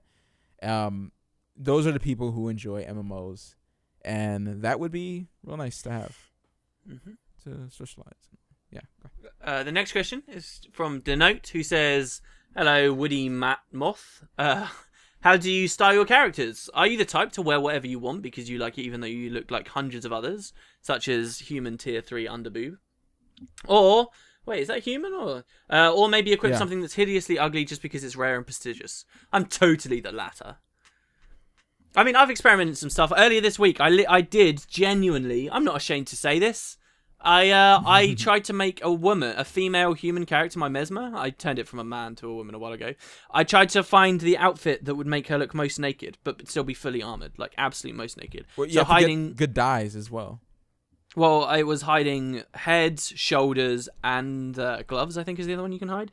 And it was just the smallest, skimpiest stuff you can possibly find. And it really wasn't that interesting once I'd found that look. It really wasn't that great, so it was whatever. But, like, if you think about my Operation Expensive or whatever, that doesn't look good. None of that looks good. None of it does. Ascended armor on Asura Light doesn't look very good. Looks okay. The shoulders, the deathly shoulder things don't look very good. They don't look good on the Ascended set either. The worm stuff. A lot of people don't like the fact it just makes it look like you're farting constantly. I mean, it's got a special effect on it that's in people's faces, but at the end of the day, it's just green stink lines everywhere almost. People don't like that, but I don't care, man. It's rare. It's cool. Like, so I want it. I mean, yeah, I don't care if I look ugly, just as long as I'm noticeable. What about you? Do you just want to look cool, even if thousands of others look like it? I like the latter as well. I like to have that stuff that no one has, but the thing is, in Guild Wars 2, you can't do that. Because everyone kind of has the legendary now. True. Yeah, you can't do that, dude. Well, there's loads of skins. Dude, of course there's loads of skins, but they're all easy to get. Yeah, well, yeah, but it's weird because a lot of the easy skins... The latter is what? The skins that are hard to get? Is that what you're saying? No, not hard to get. The latter is looking different from everyone else. I like to look different. Even if it's ugly. Okay, I like to look different. Okay, all right, so that's a different conversation. Yeah, because for example, like there's tons of skins in Guild Wars 2. 99% of them are easy to get. One of the weirdest, most rare skins you'll find is a wooden sword you can only craft from a certain vendor. It's a wooden sword. It doesn't look any good, but would you use that wooden sword because nobody else ever has it? Yeah. Exactly. I like to look different. I don't like to be part of the sludge. And I think that's why originally people go for legendaries because it's like, oh, I'll look different. I'll look cool and different. But now it's like, oh, I just look the same. And that happened really quickly. I remember all these, like, great sword wielding classes, warriors, right? Running around trying to get their twilights at launch. And I remember, and all these people were like, oh, I look so cool. And I remember very quickly thinking to myself, why are you going for sunrise or twilight or whatever? Every single person in the game's got one, even really early. I was like, who would care about that, man? I'm not going for that. And I always justified my incinerator. It wasn't that bad back then. Now it's just like everyone got a dang legendary. Everybody. They either paid money for it, their friends gave it to them, or or it's like, what the heck? It's like, how is this prestige? This means nothing. This is why, dude. Gen 2 legendaries need to consume Gen 1 legendaries as precursors. Oldest idea on the podcast, but I still stand by that. If not, I'm gonna unaccount bound my legendary and sell that junk and still keep the skin. Just go for ascended weapon that's way cheaper. Well, do you remember in theory you need duplicates, but yeah. Yeah, there you go. So yeah, that's kind of the answer to that. The next question is from Carl Berber, who says, "What game got you emotionally affected the most, or even brought you to tears?" I think is our answer the same? Probably. I've cried. I think I've cried before in a game before this, but this one is just so stuck in my mind. It has to be The Walking Dead. Yeah, Walking Dead. I have the same answer. I mean, there must have been something before that. Yeah. I've had some ones that I've had shed a tear or two, but I've never bawled. I've never like actually I cried a little bit, like not like not like that, but like I was gonna say, I legitimately like I cried. I was just like tears were running down my eyes. I can still talk clearly, show, yeah. but tears were running down my eyes at the end of Walking Dead. It was powerful. I played it all in one like a couple sittings during that week, and it was a awesome experience. Season 2 is well underway, by the way. Yeah, I'm waiting for it to finish up, man. I ain't with all that tense stuff. My booty's gonna be all uptight, and I'm like, I could not play that game. Because what happens? What happens is that you forget the story, and then yeah, and they're too short. Well, one episode at a time. Screw that. Even while I was playing season 1, I was like, okay, I've just completed one episode, and I really enjoyed the episode, but I knew if I could only have played that in one sitting, I would have hated it. So I'm waiting for the whole lump sum at the end. It'll be cheaper too, because it will be like, oh hey, buy it all together for 50% off. Yeah, whatever. But yeah, so there have been other games that have impacted me emotionally. FF10, which I will be playing soon, impacted me emotionally the first time I played it when I was a lot younger. On my replay, I've got some new perspectives on it, and it wasn't as powerful, I would say. Maybe because I already knew the story and stuff, but still. And there have been other games, but Walking Dead it's at the top for me. Yeah, I mean, I can't really say I don't think Kingdom Hearts really affected me. It just made me feel awesome at the end of part 2. But there were parts of Halo 2 that really affected me emotionally. Yeah, like that. Yeah, and that might be a weird one, but and it only happened to me after I'd replayed it a few times. But there's one particular level called Gravemind, Gravemind, where you're walking through. I was talking to a friend about this very recently, where you're walking through High Charity, which is the Covenant's like high city. Anyway, you're walking through, and it's as civil war is breaking out. The leaders or the prophets, the leaders of the Covenant have just said, look. You people, you can no longer protect us. We're going to have these people instead. And that's basically the story. And the original people who were protecting their leaders got really angry about this. And so a civil war breaks out as you, the chief, you're alone, obviously. You're just walking through as all hell breaks loose. And you're listening to the supreme leaders like spouting all this propaganda and stuff. While all you see around you is death and destruction. And there's this one moment in that particular level where a very sad song starts to play and you just look at the chaos around you. And you're like, wow, okay, and you just got to walk through it. There's certain moments like that in a lot of games that really do, resonate with me. But, that's very different to what has made me cry or, brought tears to my eyes. So, yeah. Yeah, man, I know there's a couple ones that I really enjoyed. I remember really enjoying Enslaved. Enslaved? Yeah, it's a very obscure title that just fell under the rug. Very good gem. It's this monkey boy Odyssey in there. to the West. Huh? Is it Enslaved Odyssey to the West? Yeah. That's the full name of the game. Yeah. Okay. I enjoyed that one a lot. But I don't know if it really affected me that much. But yeah, like there's a couple of them. I wish I could pull them up. Shadow of the Colossus conjured a lot of really powerful things for me. Yeah. The end of that game, not just the end of the game, but the sense of scale and loneliness and longing. And just the general musical themes in that game was fantastic. That resonates in a huge way. Oh my gosh, that ending. Yeah. Oh, and dude. Just like the feels are coming back. So, it's not always about making you feel sad either. It's just about making you feel something you maybe haven't for a long time. Yeah. Or you wouldn't in your regular life. And that's something big. I mean, Mass Effect to an extent. I haven't played the third still, but Mass Effect 2. Mass Effect 2. Good. There were great things. I would say mainly because I haven't played games with it in that much, but the greatest like romance or like, choosing to have relationships with people and stuff in games, like exploring that idea. Mass Effect 2 was the strongest of that I've ever had in other games. Like I felt so connected to like whoever it was in that game. It was like Liadri in the first and someone else in the second. But, you feel really connected to these people when you're actually like flirting with them in a video game or something. It's kind of stupid, but for that in particular, I've got to say Mass Effect takes Dragon Age Origins, not 2. Dragon Age. See, I never played Origins. Is a good. Oh man, I deeply enjoyed that game. Couldn't you like get with some demon chick in that game? She's a witch. It's not a demon. Yeah. She could turn into an animal, which it might be a plus for some people. So Right. Okay.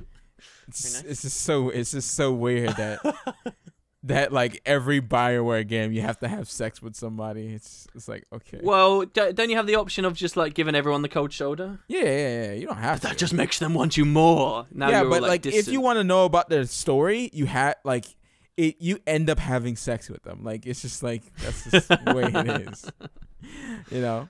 I mean, it's fine to have an emotional connection with another person. That's fine. You know, and you could do like femshep with another guy, whatever like that. It's not just women, you know, for people who haven't played the game. Mm-hmm. So like, yeah. How did that work? Can you be male shepherd and still get with the guys? Yeah. And again, and there was this part in oh man. Oof. Don't hate me, guys. Don't spoil Mass Effect 3 for me. No. This is Dragon Age 2. Who gives a crap? There's no spoiling that game because that game's story is garbage. We found something you don't care about spoiling. Garbage. There's this guy that basically hates you if you don't have sex with him. If you say, no, I'm not that interested, he gets mad at you and pissy at you. Literally. Wow, okay. The worst representative of a gay person. Like, it's just... Oh, and it's gay as well. I thought you meant if you were like playing a female character. No. 'Cause that sounded kind of realistic to me for a bit. I've got to be honest. No. Yeah, no. It was I was playing a guy, and he pushes his way on you. He forces you to talk with him, and if you do... maybe they're trying to do. Maybe Maybe they're trying to like give Make you it that realistic? perspective that a lot of women end up having through life, where they're just getting all these constant advances that they can't rebuff, or they feel powerless to. Yeah, but what if you like the guy as a character, but you just didn't want to hook up with him? It totally ruins his story. Well, my friend, he hates that, you my now friend, forever. He hates you. You have now experienced the friend zone from the other side. Oh my gosh. You like him, but you don't want to hook up with him. But he keeps pushing, and in the end, it just leads to tears.